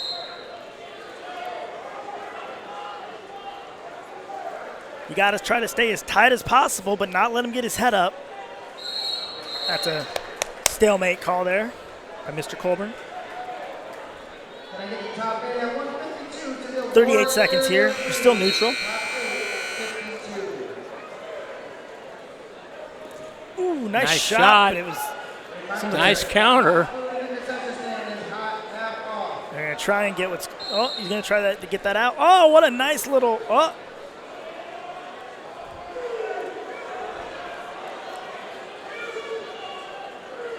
There's two right there. Hook that leg. That's going to tie it up here. 4-4. 4-4 with 10 seconds to go in the second period. Elliot Flat looks like he got that bar on him. He's got that bar arm across the back, right? And looking for that other wing.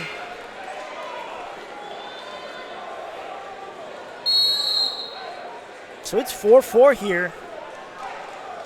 Levitt's going to choose down.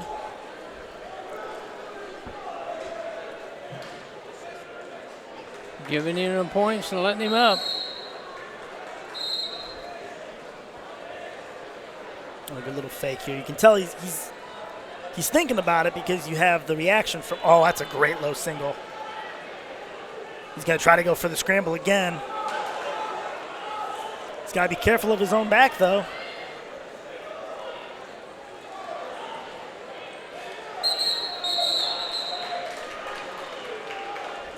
Both these kids, phenomenal athletes. Yeah. Boy, they go down and go through that ankle roll thing. And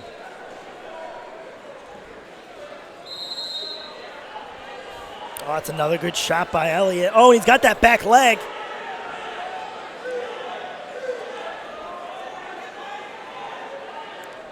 He's got that back leg that's going to make the spladle he's looking for not great. Oh, you don't want to step there. Uh-oh. Uh-oh. He got it? He's got a spladle locked up. Oh, we're going to stalemate it. Levitt's had that spladle ready to go. Minute 13.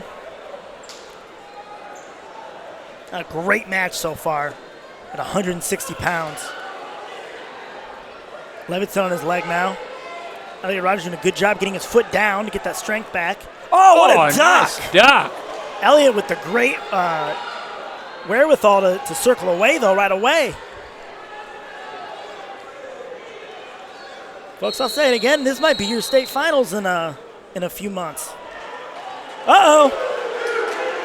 And there's a takedown with 39 seconds left. 7-4.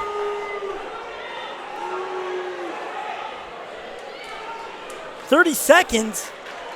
Rogers needs a takedown. There it is, he's in.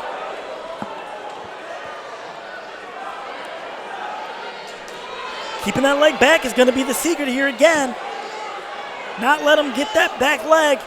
You're going to have to split it up. 10 seconds. Oh, we got a cradle locked up. Cradle locked. Oh, my gosh. Nothing. Wow. And Levitz does it. Levitz with the upset over Elliot Rogers, returning state champion and #1 ranked. I have a feeling this won't be the last time these two wrestle each other. Wow, what a match. That was an unbelievable match. Finishers at 152 pounds. In 8th place from Cathedral, Yorick. All right, guys, with that, we are moving on to the 170-pound weight class. It will be number 6, Tristan Ruhlman of Bloomington South versus number 2, Graham Calhoun of Plymouth High School. Calhoun had a phenomenal performance in the semifinals. Actually, I think ended up pinning the guy. Yeah, he looked real strong. Graham's a guy I've seen around this sport for a few years now, and I'm always impressed with him. His work ethic, his wrestling, but add to that, just as a person, he's a wonderful kid. Always trying to help the younger kids be out there for everyone else. So 5th place on mat 3, 170 pounds from Chesterton, Gavin Lehman. And from Lowell, Abel Burbeek. Ruhlman from Bloomington South, undefeated or unseeded coming into this. Yep. Competing for 3rd on mat 2.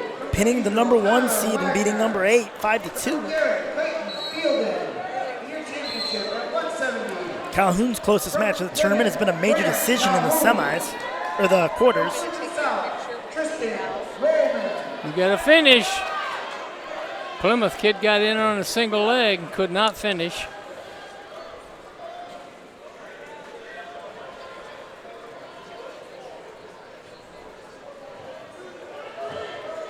He's holding on to that elbow tight. Ruhlman's got to be careful. He doesn't want to get dumped over. 90 seconds left in the period. Oh, Nice shot there by Ruhlman. Up right away. Calhoun grabbing for that ankle. He can't stand up. He stands up. It's going to be stopped for potentially dangerous.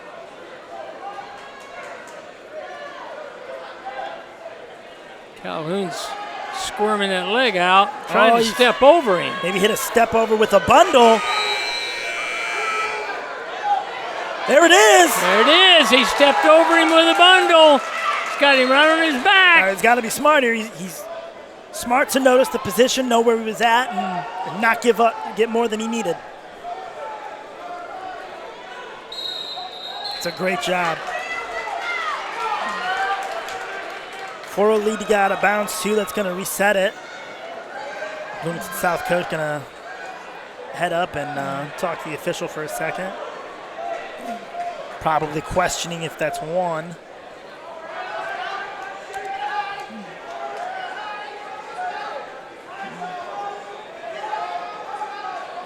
Seems both officials agree.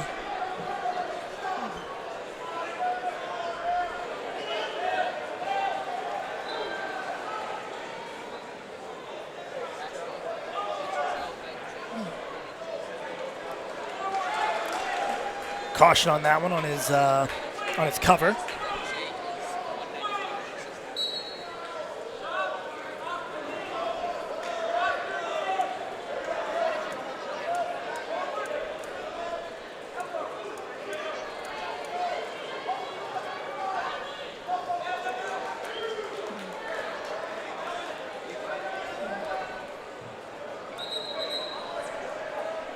Great pressure there by Graham. Nice, immediate shot. Yep.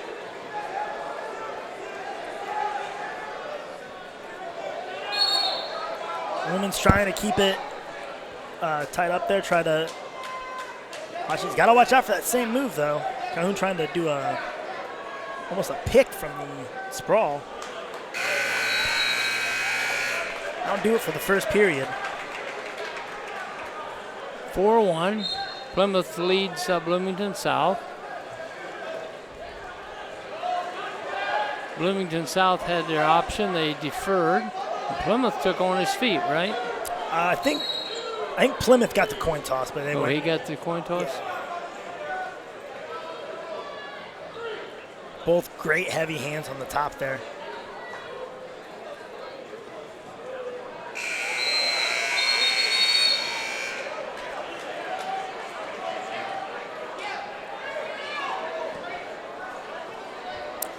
Graham Calhoun almost in that fireman's carry position. Yep, and boy, he's pushing it. All right, into a double. And just manhandling his way up. Impressive. Can we get the top 8 finishers at 160 to the awards area, please? Top 8 at 160.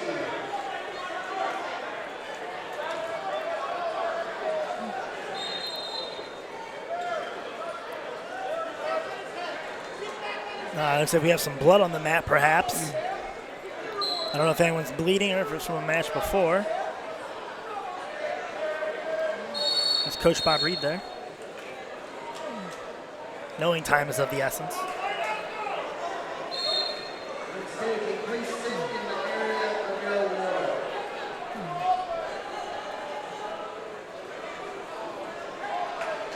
Coach Reed, a phenomenal freestyle wrestler back in his time. Yeah, he and Denny Lewis used to shut down every other mat just to watch them. Top 4 team scores. And fourth with 154, Mishawaka. And third with 175, Good whizzer there by Graham, trying to come up to his feet as Ruhlman. It's the right idea, but he's going to get. It's the Mike Lehman special almost. Yeah. That broomstick from that single. Broomstick roll.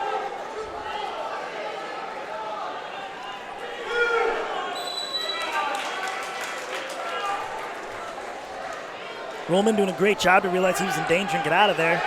Now Graham again, and he cut that corner.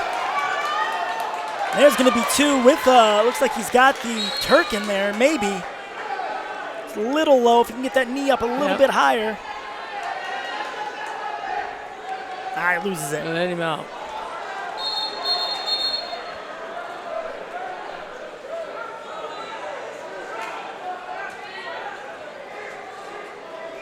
There's a sit-out attempt by Ruhlman.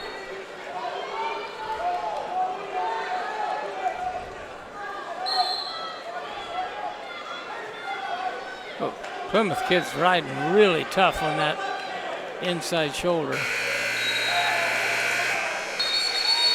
Going here into the third. Graham Calhoun is your second ranked. Got 5th in 2019, 7th in 2017, and went to state at 2018.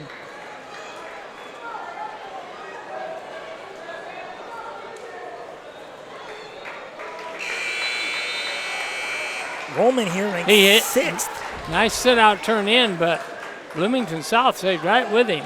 Yep. Looks like he's going for that Merkel again, maybe.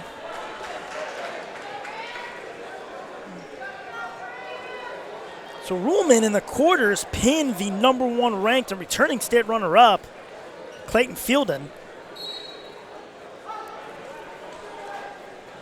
en route to his finals debut.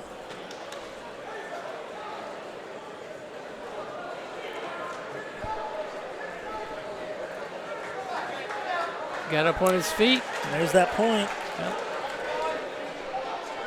90 seconds left, down 6 points. Ooh, nice little shot, though. Yep.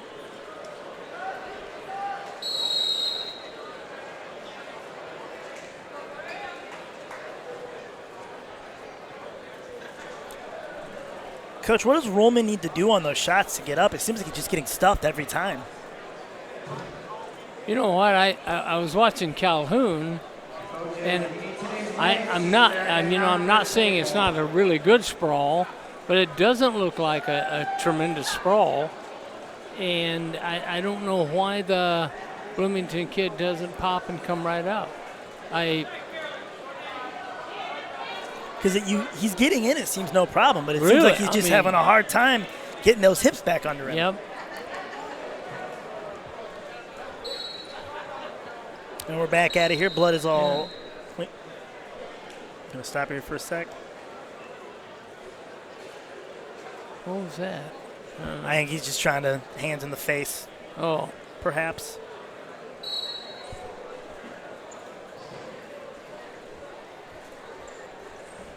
We're down to 60 seconds here. Minute 5.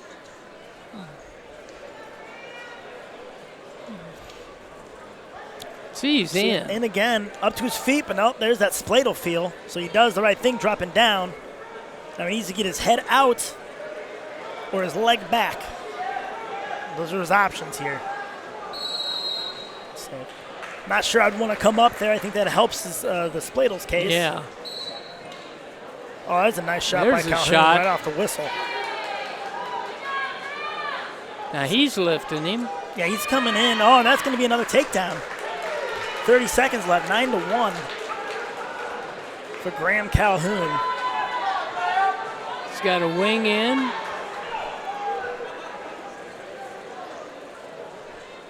I think Graham Calhoun right now making a statement to the state of Indiana, Yeah. saying 170 might be his spot.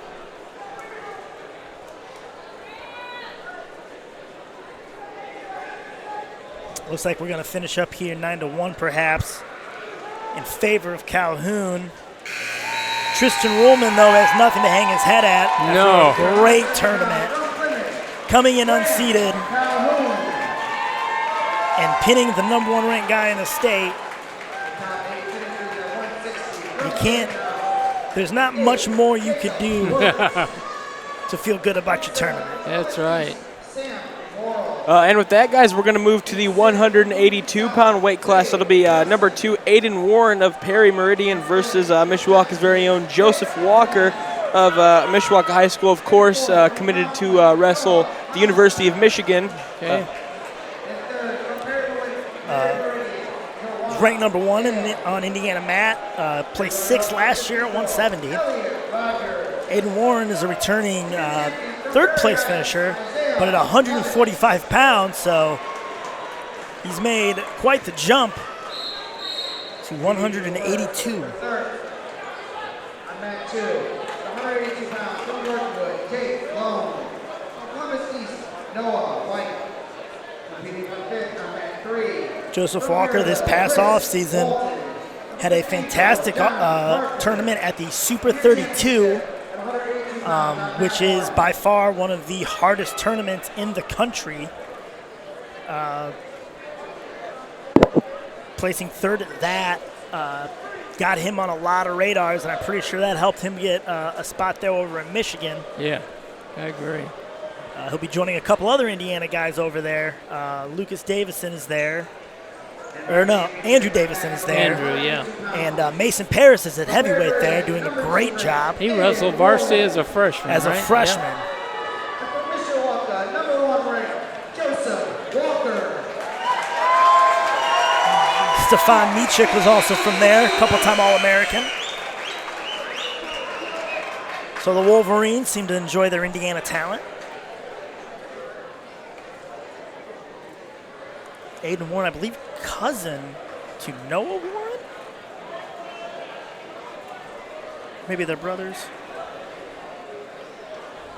They also have some, I believe, relation to Alex Warren of Mooresville, who was Mooresville? a 2-time state champ.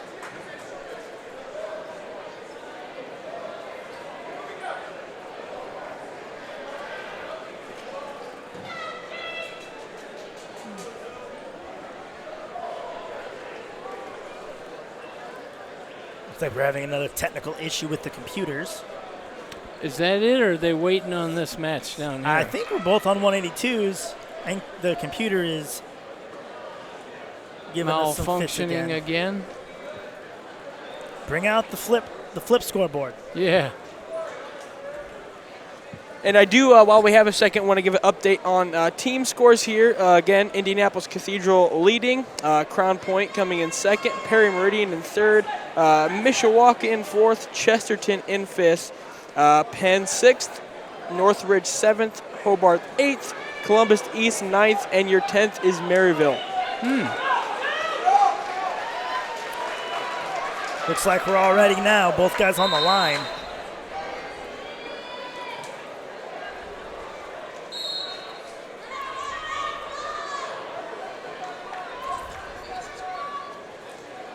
Walker looking for a little throw by. Pushing the pace already.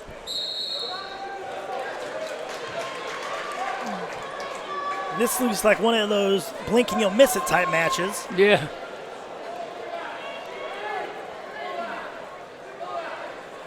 We're still on hold for something.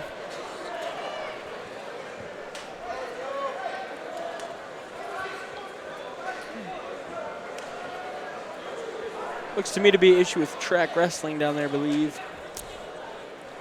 Looks they got it now. Looks like we're good. Bringing in the 149 left. Joseph Walker to the nice single out of that. man. Like we said, a blink and you'll miss it moment. Yep, that was a great counter. Aidan Warren, not someone you really Warren. want to fight there with the upper body ties too yet. He's a well-known tosser. A lot of those Meridian guys, fantastic technical wrestlers, but they will throw you if given the chance.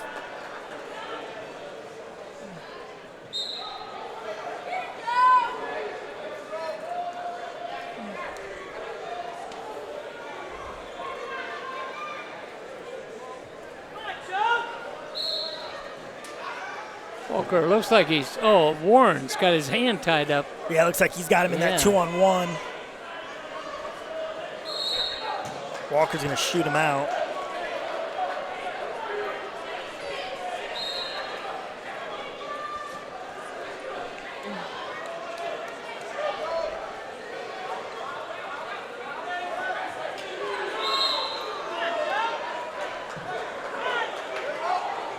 Again with that 2-on-1. Walker shoots him out again. Warren needs to be careful here. That could get hit for stalling here the next time he goes out.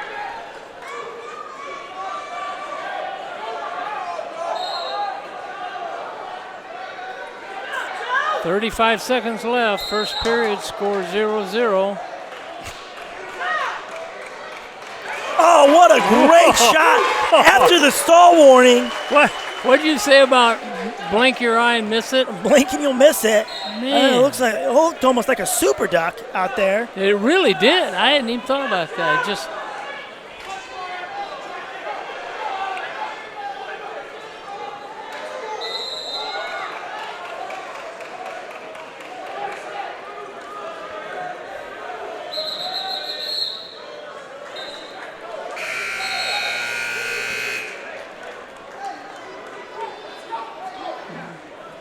So we'll go into the second here, 2-0.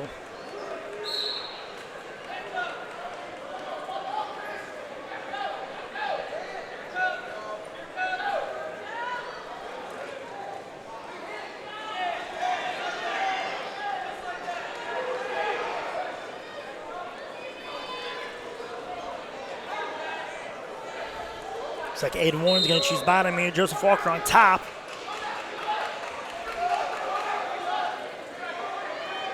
Walker's into a big press into the arms.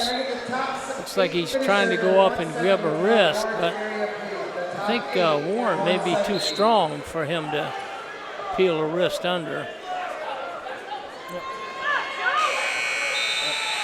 Nice job by Walker keeping those knees back and keeping that weight onto Warren's hands, as we've talked about earlier. Looking for a cradle there. But keeps him going. He stays on top. Minute 22 left.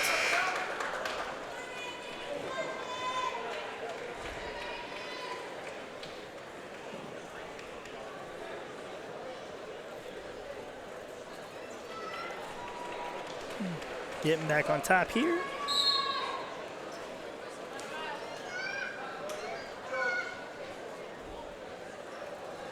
It's a little bit of a tight waist there, hooking that ankle.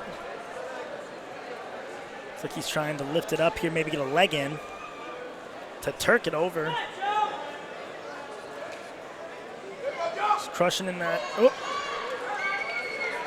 Felt it. Felt weird, let him go.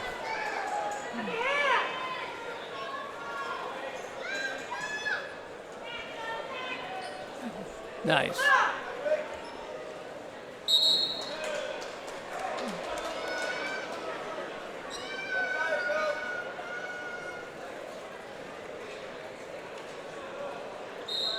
One of the bands seemed to have fallen off.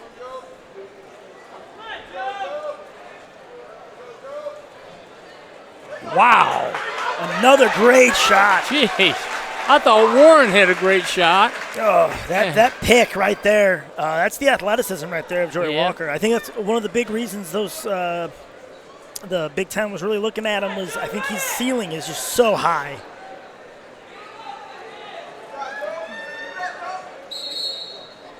"15 seconds left. Probably going to look to ride it out here.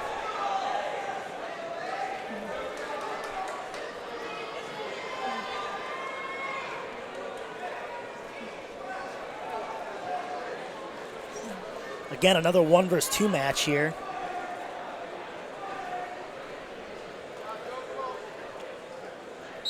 Both returning placers. Claw.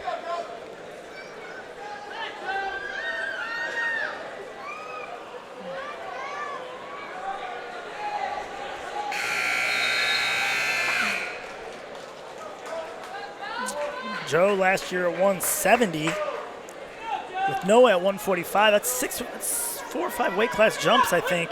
Yeah. I gotta wonder if that's hurting. If that's just a different style of wrestling for Aidan.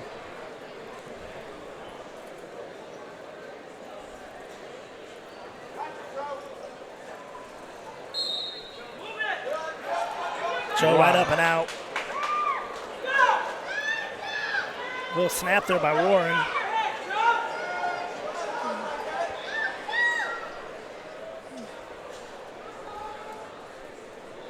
Minute 45 left here. Joe Walker with a 5-1 lead. 170 to the award area, please. Both guys fighting for control of those head.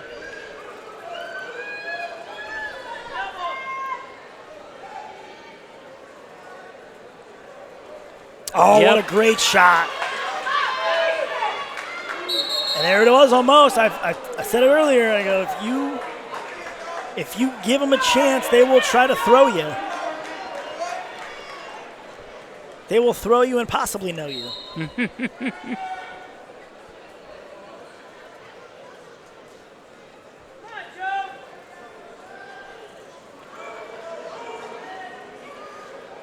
Joe here just constantly driving him.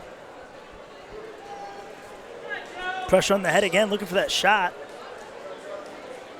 He's putting pressure there, trying to get him to look up, force him up, and there's his shot. You'll see it again.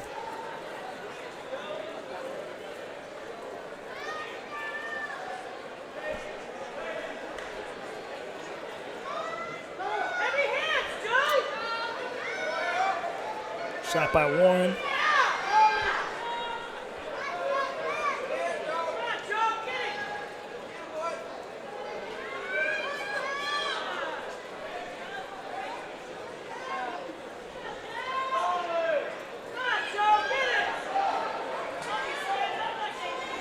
Oh, another nice duck. Another shot right at the out-of-bounds line. Aidan looks a little winded there. 13 seconds left.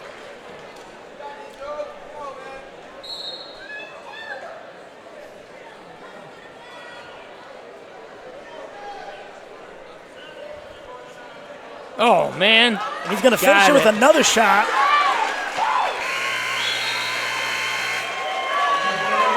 To put the dot to the exclamation point with that last takedown.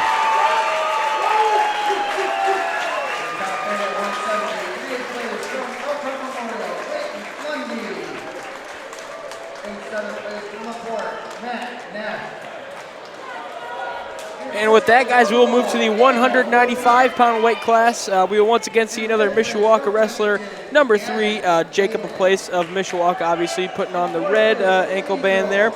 And number 16, Ibrahim, looks like Kachua, forgive me if I butchered that, from Northridge High School.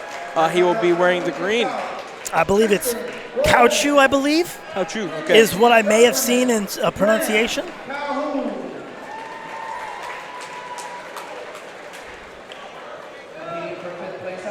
Jacob LaPlace again, a 2-time qualifier and placing 4th as a freshman.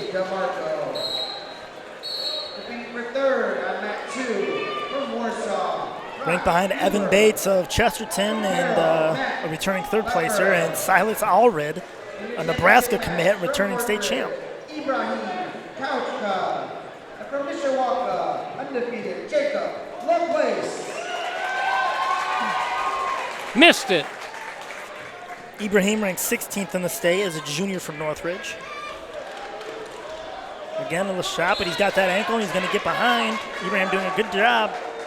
Trying to funk over, though. And Jacob's got that 2 points.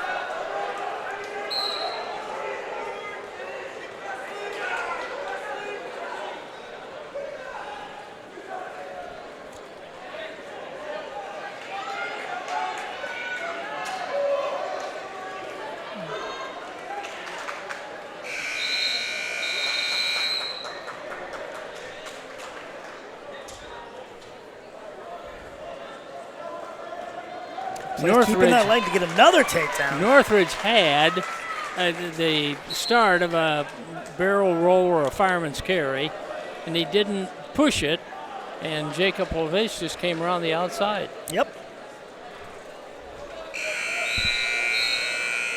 4-1 here, 35 seconds left. Oh, wing in for Jacob Lovelace. Looks like a wing and a wrist, possibly.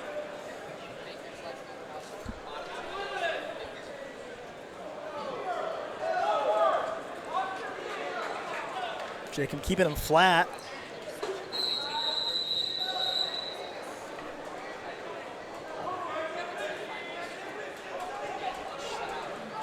Even him trying to come up and get out, get his hips out, it looks like. Looks like he wants to be a little funky. 6 seconds left.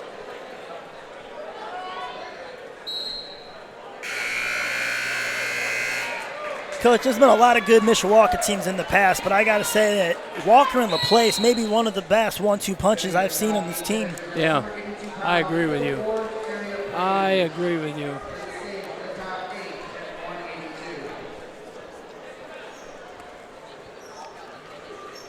I'm sure anybody who's dueling Mishawaka is not excited when they get to these 2 weight classes. We're going to be neutral here for the second period.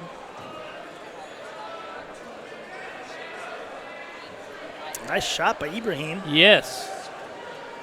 Head down a little bit, but got in there, but Jacob fighting it off. Keeping that wrist posted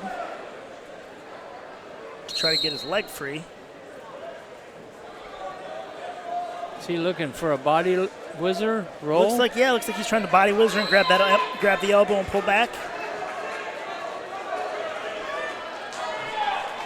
Trying to catch that elbow and put it in a position that will make him let go.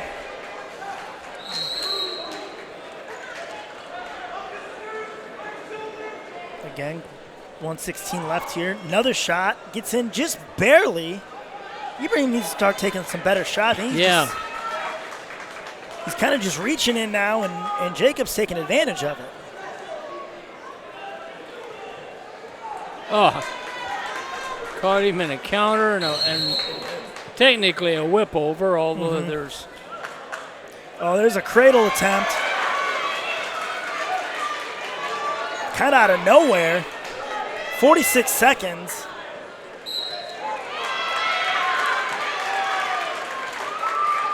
That's a way to cap off your senior year. Al Smith with a fall right in the center of the mat. In 3 minutes and 22 seconds, Jacob Lovelace with the fall.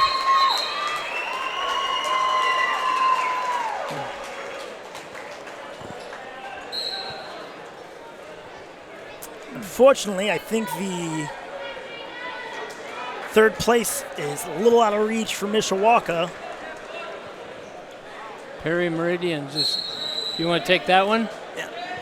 So we're going to move over, looks like, to Warsaw and Fort Wayne Carroll. We're going to have Lepper of Fort Wayne Carroll and Huber of Warsaw. Now, Huber either had a father who coached or comes from a family who's had quite a few wrestlers down in the Warsaw area. Warsaw with a few studs coming up in the last few years. You had the Brooks brothers. You had Kyle Hatch.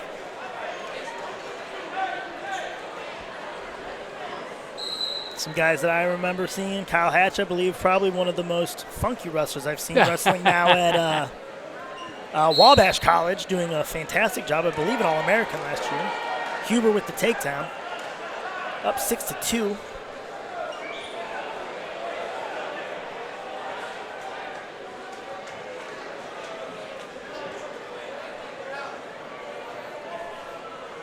Coach, how are these kids feeling? Some of these kids have wrestled 7, 8 times over the last 2 days. How do you keep your body in a shape to keep competing? I don't know.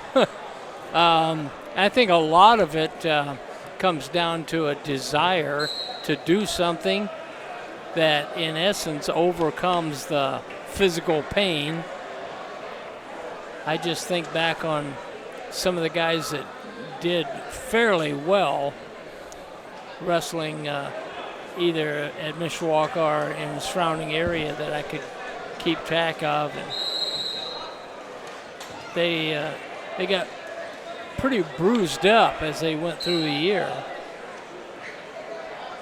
Injuries are always a big problem in this sport, especially when you're doing 2-day tournaments like this. Yes. Luckily, we have a great training staff here, making sure everyone's safe.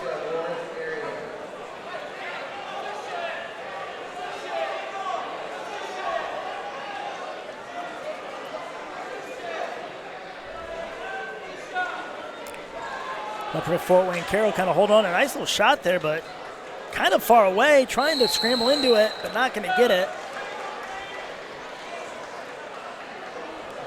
Huber looks like he can roll with him too, but he's got to stop him on that first shot. Score 6-4. Minute left.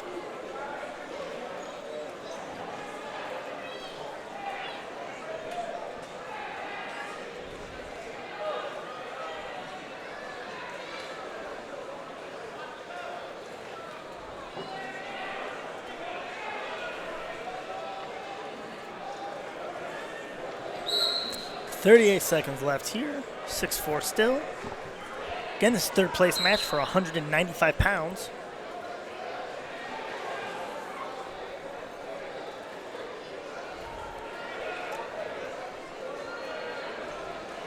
Nice throw.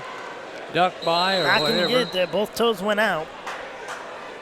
Brock Huber of Warsaw versus Matt Lepper of Carroll. Both with 1 loss on the season. Huber's got to start looking for something, get him reacting.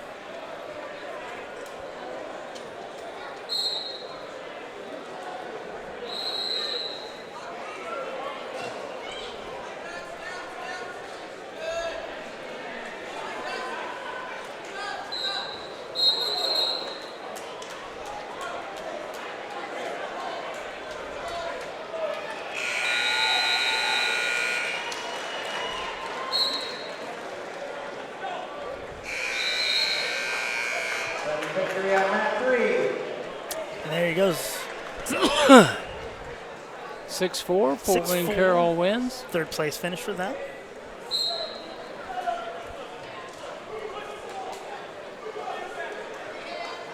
Upper gives a big hug to Fort Wayne Carroll coach Joe Caprino. We're over here now. We can look over into overtime for the 5th place match. And they're going to give him 2 on that nice little exchange there. Over Jacob Huffman.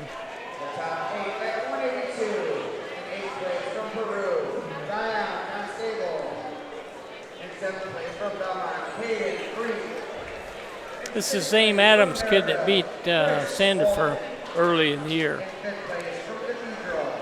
This match down here between Cathedral and Maryville. Yep, that's the 220-pound weight class. Will be number 4, Jason Strick of Maryville versus number 5, David Gohl of Indianapolis Cathedral. Both these guys very well familiar with this wrestling and competing for their schools.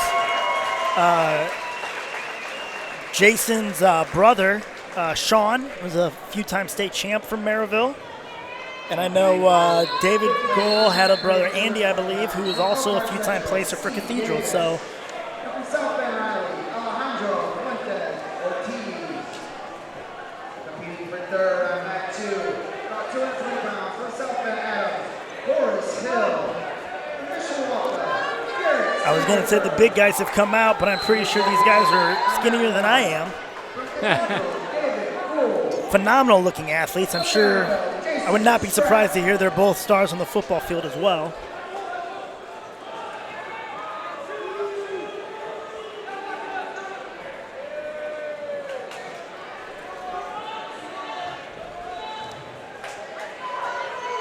Strick's brother go any place in Wrestle?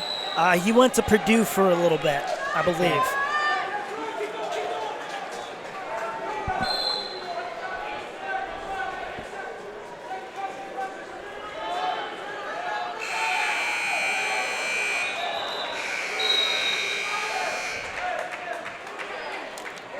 Sure pressing the Cathedral kid. Yep.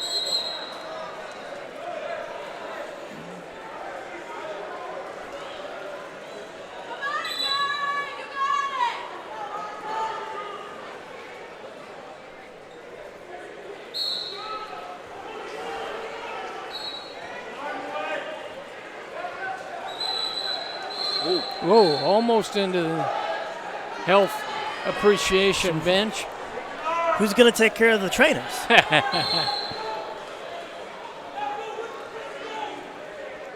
Both guys still fighting for control there. You can see it's just aggression right now.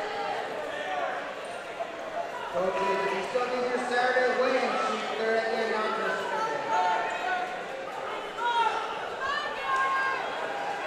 Ooh. Going back to the center here. Coach Maldonado giving him some advice. Coach Maldonado, an Iowa State alum. Yeah.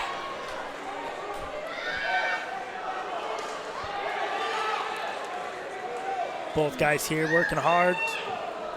Haven't seen many shots, a lot of just snapping. Oh. Oh, there's a nice little snatch attempt. Nice counter by Strick. Ooh. Are they going to call it Coach out? Wilk is going to call it out before that. Close.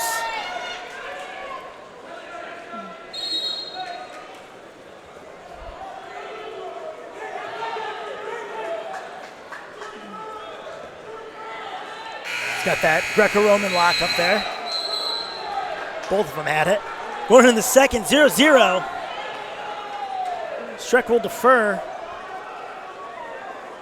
Who will take down?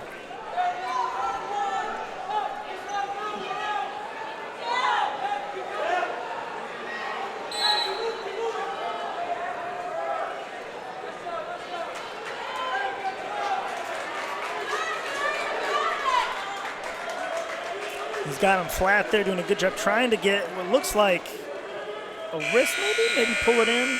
I don't know. One hand in the crotch and... Thread a needle, perhaps? I hadn't thought about that. Boy, sure trying to pry that arm out there. Yep.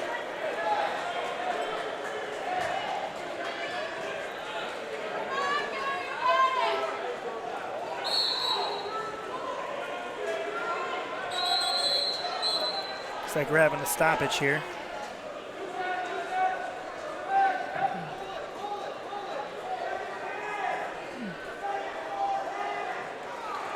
Looks like we're going to be giving 1 point technical for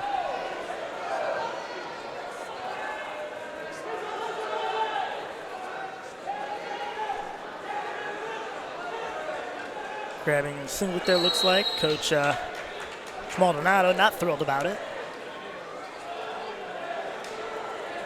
Coach Seltzer on the other side. Oh, nice little get out there.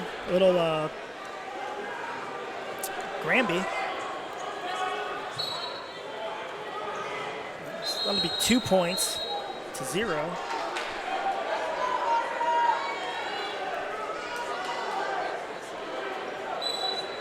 There it is. I was going to say, they haven't put that up there yet.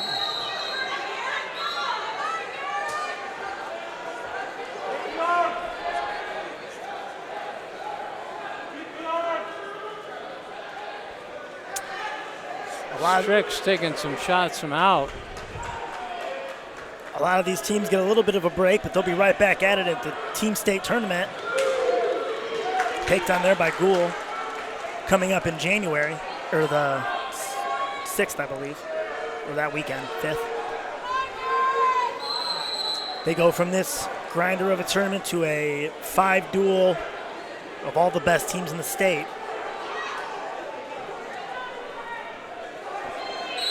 In 1A, 2A, and 3A. Gould riding tough here with the 4-0 lead. 4-1 now, 22 seconds left in the second period.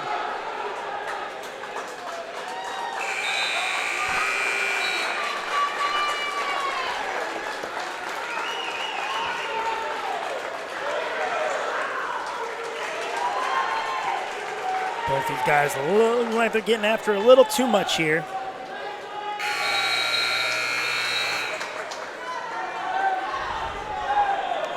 Third period scores 4-1.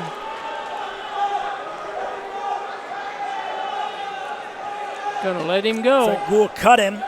4-2. Much to the chagrin of his coaches. There's that Greco-Roman headlock right there. Looking for the throw by on it.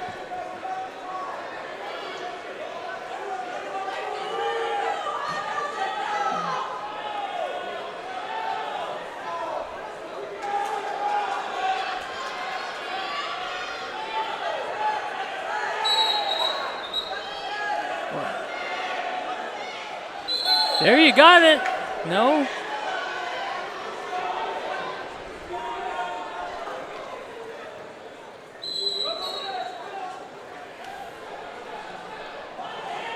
Both guys here just kind of hanging on.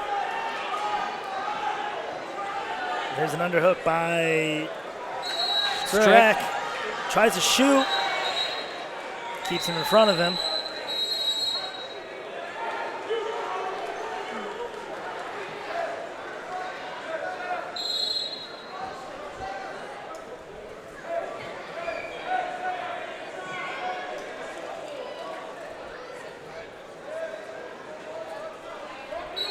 Nope. Stopped again there. 56 seconds here. Takedown would tie it.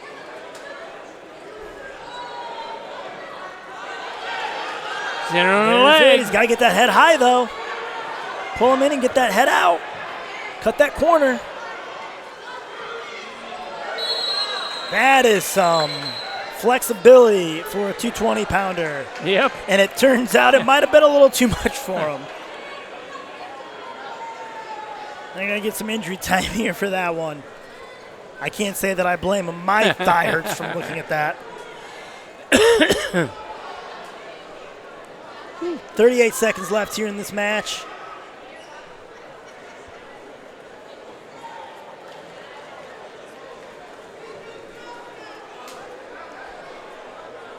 Again, I believe our champion will be Indianapolis Cathedral. Crown Point will take home second with Perry Meridian taking home third. Mishawaka finishing fourth, I believe. And that's about all I know off the top of my head. Chesterton still fifth, or you don't know? I don't know at the moment. Luckily, I have the technology.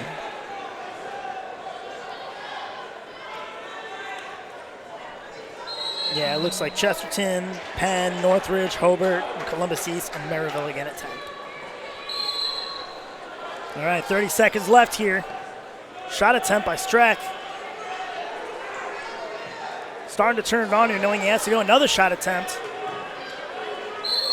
Got penalized. For stalling here.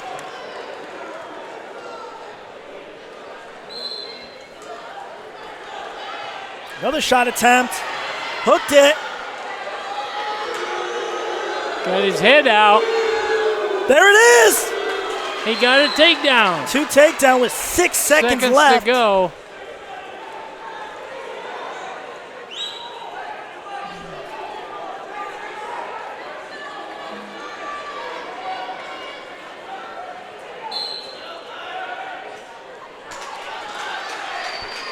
that'll do it for Maryville. There's their first champ, I believe.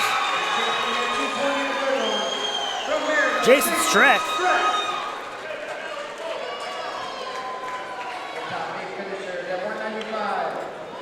And with that, guys, it's time to head to the big boys, 285. It'll be number 2, Hezi DeVault of Penn High School versus number 8, Holden Parsons of Indianapolis Cathedral. Again, this is our last match of the Al Smith Classic here.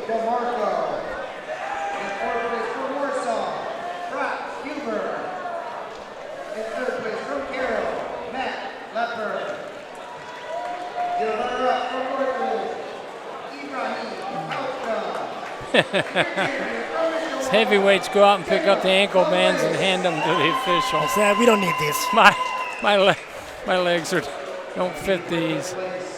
On mat 3 at 285 pounds from Carroll, Reed Muncie. And from Northridge, Brett Addis.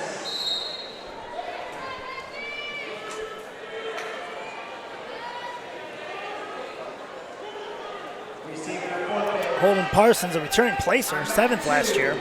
285 from Holden. Qualifier the year before that. Yep. And your championship match at 285 pounds from Cathedral, Holden Parsons. DeVault 5th last year. From Penn, Hezi DeVault.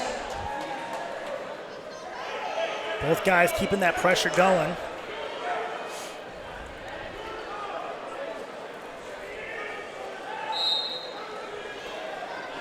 Coach, and the young man is Saturday waiting to see if they're at that doctor's table. It may not look as flashy as the 106 pounders, but I can tell you for a fact it's just as technical. Fighting for those ties is quite the challenge. DeVault here doing a great job of controlling the inside with that underhook and keeping the head down. Just trying to get him moving on that snap.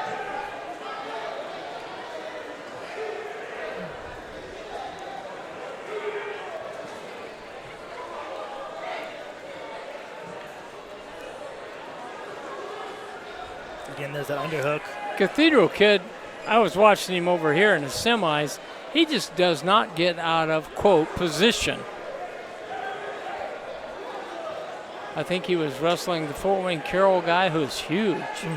And he just does not get in a bad position on his feet.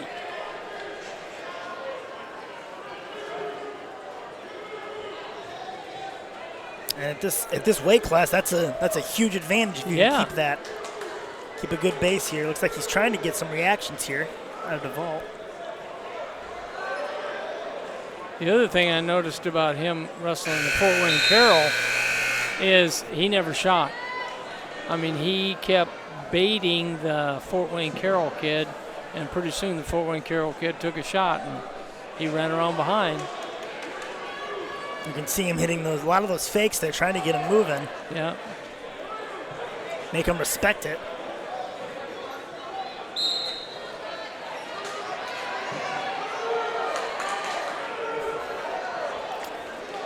DeVault's going to get out there for the one here in the second period.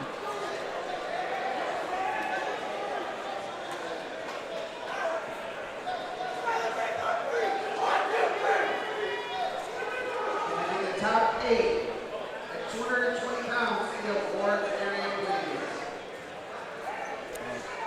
Still got that deep underhook. Yep. Nice little snap there. Minute 25 left. Digging for that over-under tie.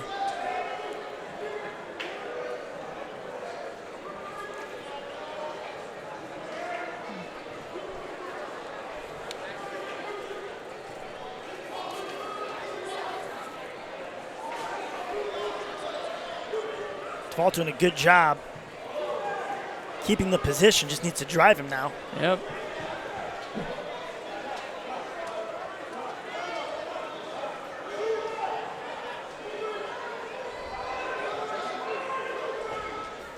He pushes just enough so that he doesn't get himself in trouble with the officials.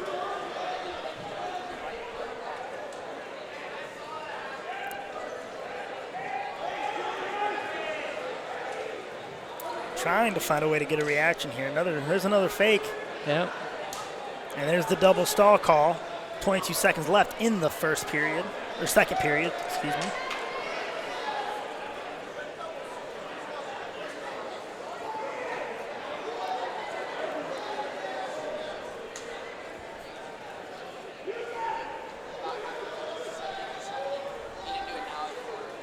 Coach Brad Harper in the corner helping DeVault here, shooting some advice to him.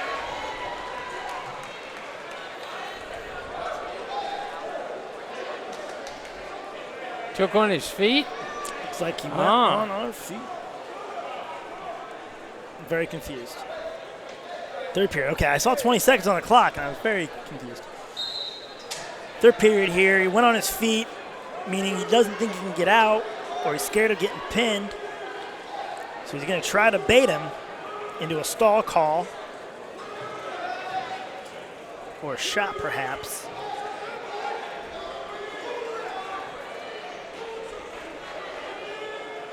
Either way, he's got to move.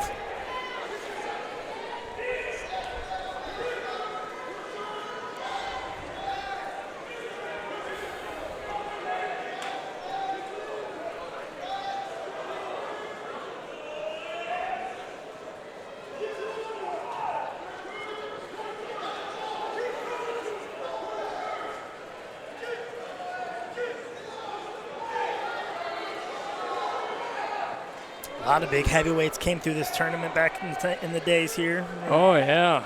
Randy Moore, one I can think of from Mishawaka. Matt Overman, another Mishawaka guy. Dexter Larimore, a couple-time state champ, played football for OSU. Yeah. Sean Strack, usually one of the best weight class in this tournament. Digging deep here.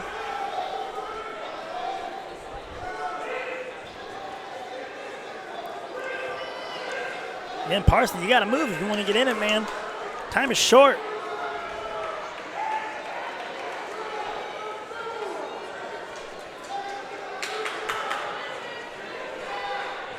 $20 seconds. 20 seconds. What are we going to pull out here? I don't think DeVault has to worry about a stall call. I think he's been pretty active. Yep, I agree with you. It's a little shot attempt. I think if he just kind of plays it off here, he'll be okay. I think that'll do it for DeVault. Yep. Penn will have an All-Smith champion at heavyweight. Moves to 20-0. Great finish to the match here and a great tournament overall, Coach. Some really, really good wrestling. Well, I appreciate you having me up here. It's been an honor. I told you he's good. Absolutely. It was great. Hey, it was an absolute honor, gentlemen, to have you up here and do this with you. What a great tournament it was. Especially this guy. You know, I mean, you're not going to find too many guys who know wrestling any better than him. Absolutely. Yep. All right, guys, so for Nick Wiesjohn, obviously the legendary Al Smith, and Evan Bordner, thank you for watching so much. Also want to give a quick shout-out to the students of the network that made this happen. This broadcast, guys, was almost entirely student-ran. That's so awesome. From the cameras to the switching to everything was all students, and they really do just a great job. So anyways, thank you guys for joining us for the 2019 Al Smith Tournament, and we hope to see you next year. Yes, sir. Yep, Thank you.